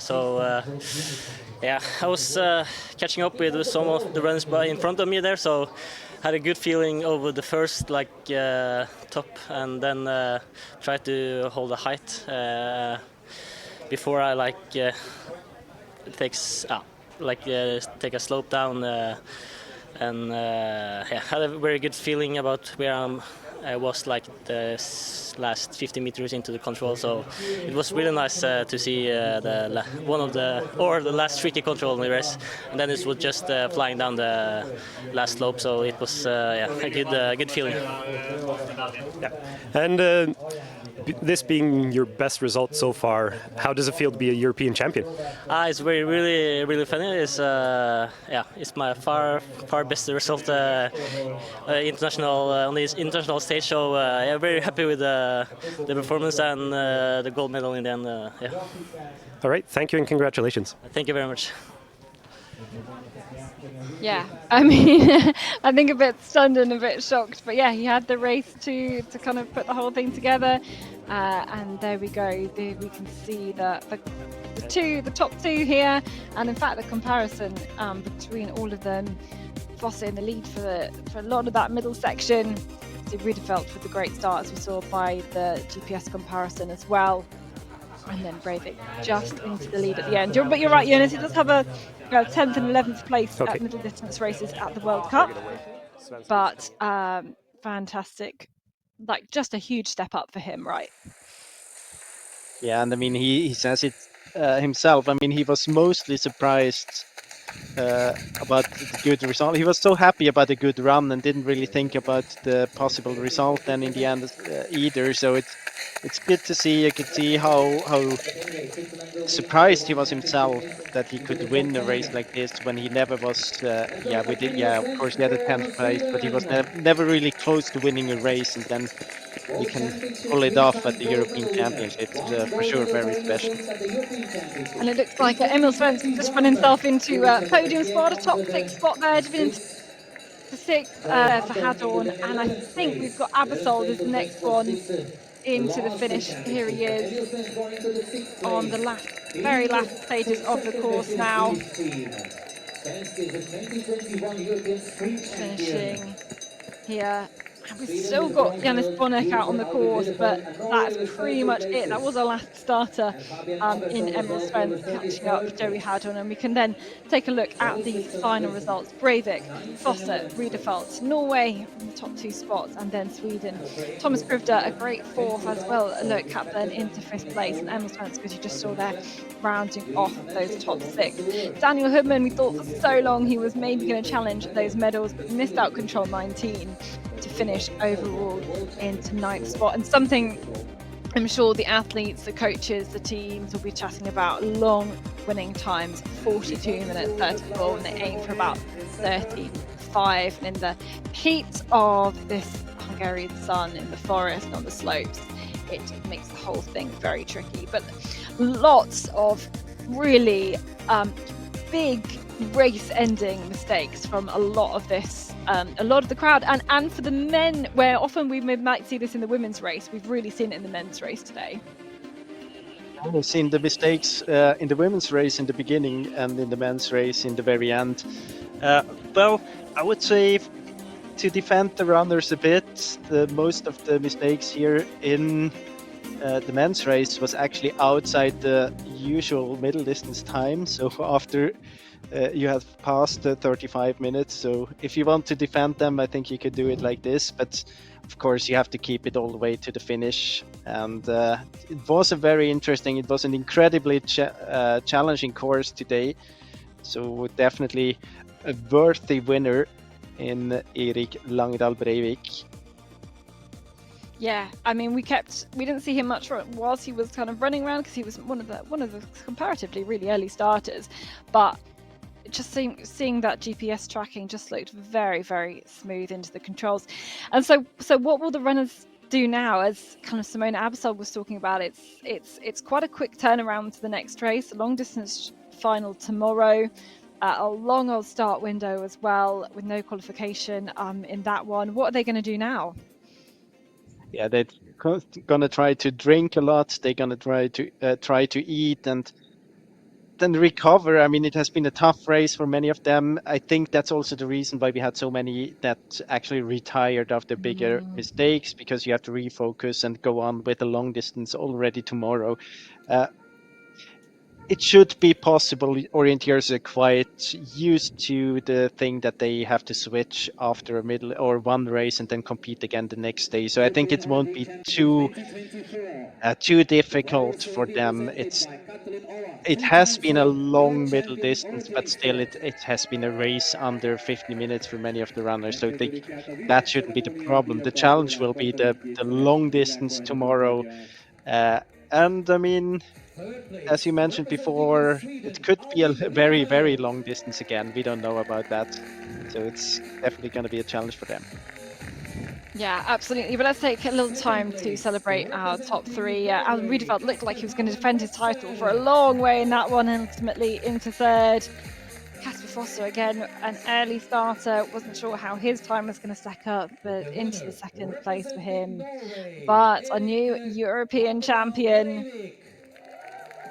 Maybe didn't feature highly on many people's favourites list, but he was so clean throughout that race and just had a great approach tackling the last few controls. And he looked like he really enjoyed that one, and he really enjoyed the racing. I'm not sure, as you said earlier, I'm not sure many of them will enjoy the Albin Riedefeld. He was he did. Yeah, he said he was very, I think he was very pleasantly surprised to see how difficult and how technical the race was. There you go, there are your top three. Some short celebrations for them before we move on to tomorrow's long distance. That one will be a test of route choice, a test of endurance, as it always is, but we can, of course, name the top three here with Riedefeld, Fossa and Breivik. And of course in the women's as well, Benjaminsen taking the bronze medal, Gempler the silver, and Simone Abersold. So golds for Switzerland and gold for Norway at the moment. Well, we're hoping the coverage of this race has been pretty exciting stuff, and it's of course contributed to the standings on the World Cup, getting World Cup points. Kasper Fossa, Martin Regborn still up at the top there. Erik Langedal Breivik getting a big boost from those results from the win today. It's going to be another hot, long race though tomorrow. I'm sure we're going to try and bring you the best of it. We'll bring you the kind of final section of the start list as they tackle the slopes and the rocky slopes and tricky contours around Hungary. So we will be back in less than 24 hours. Hope you enjoyed the middle distance. Bye.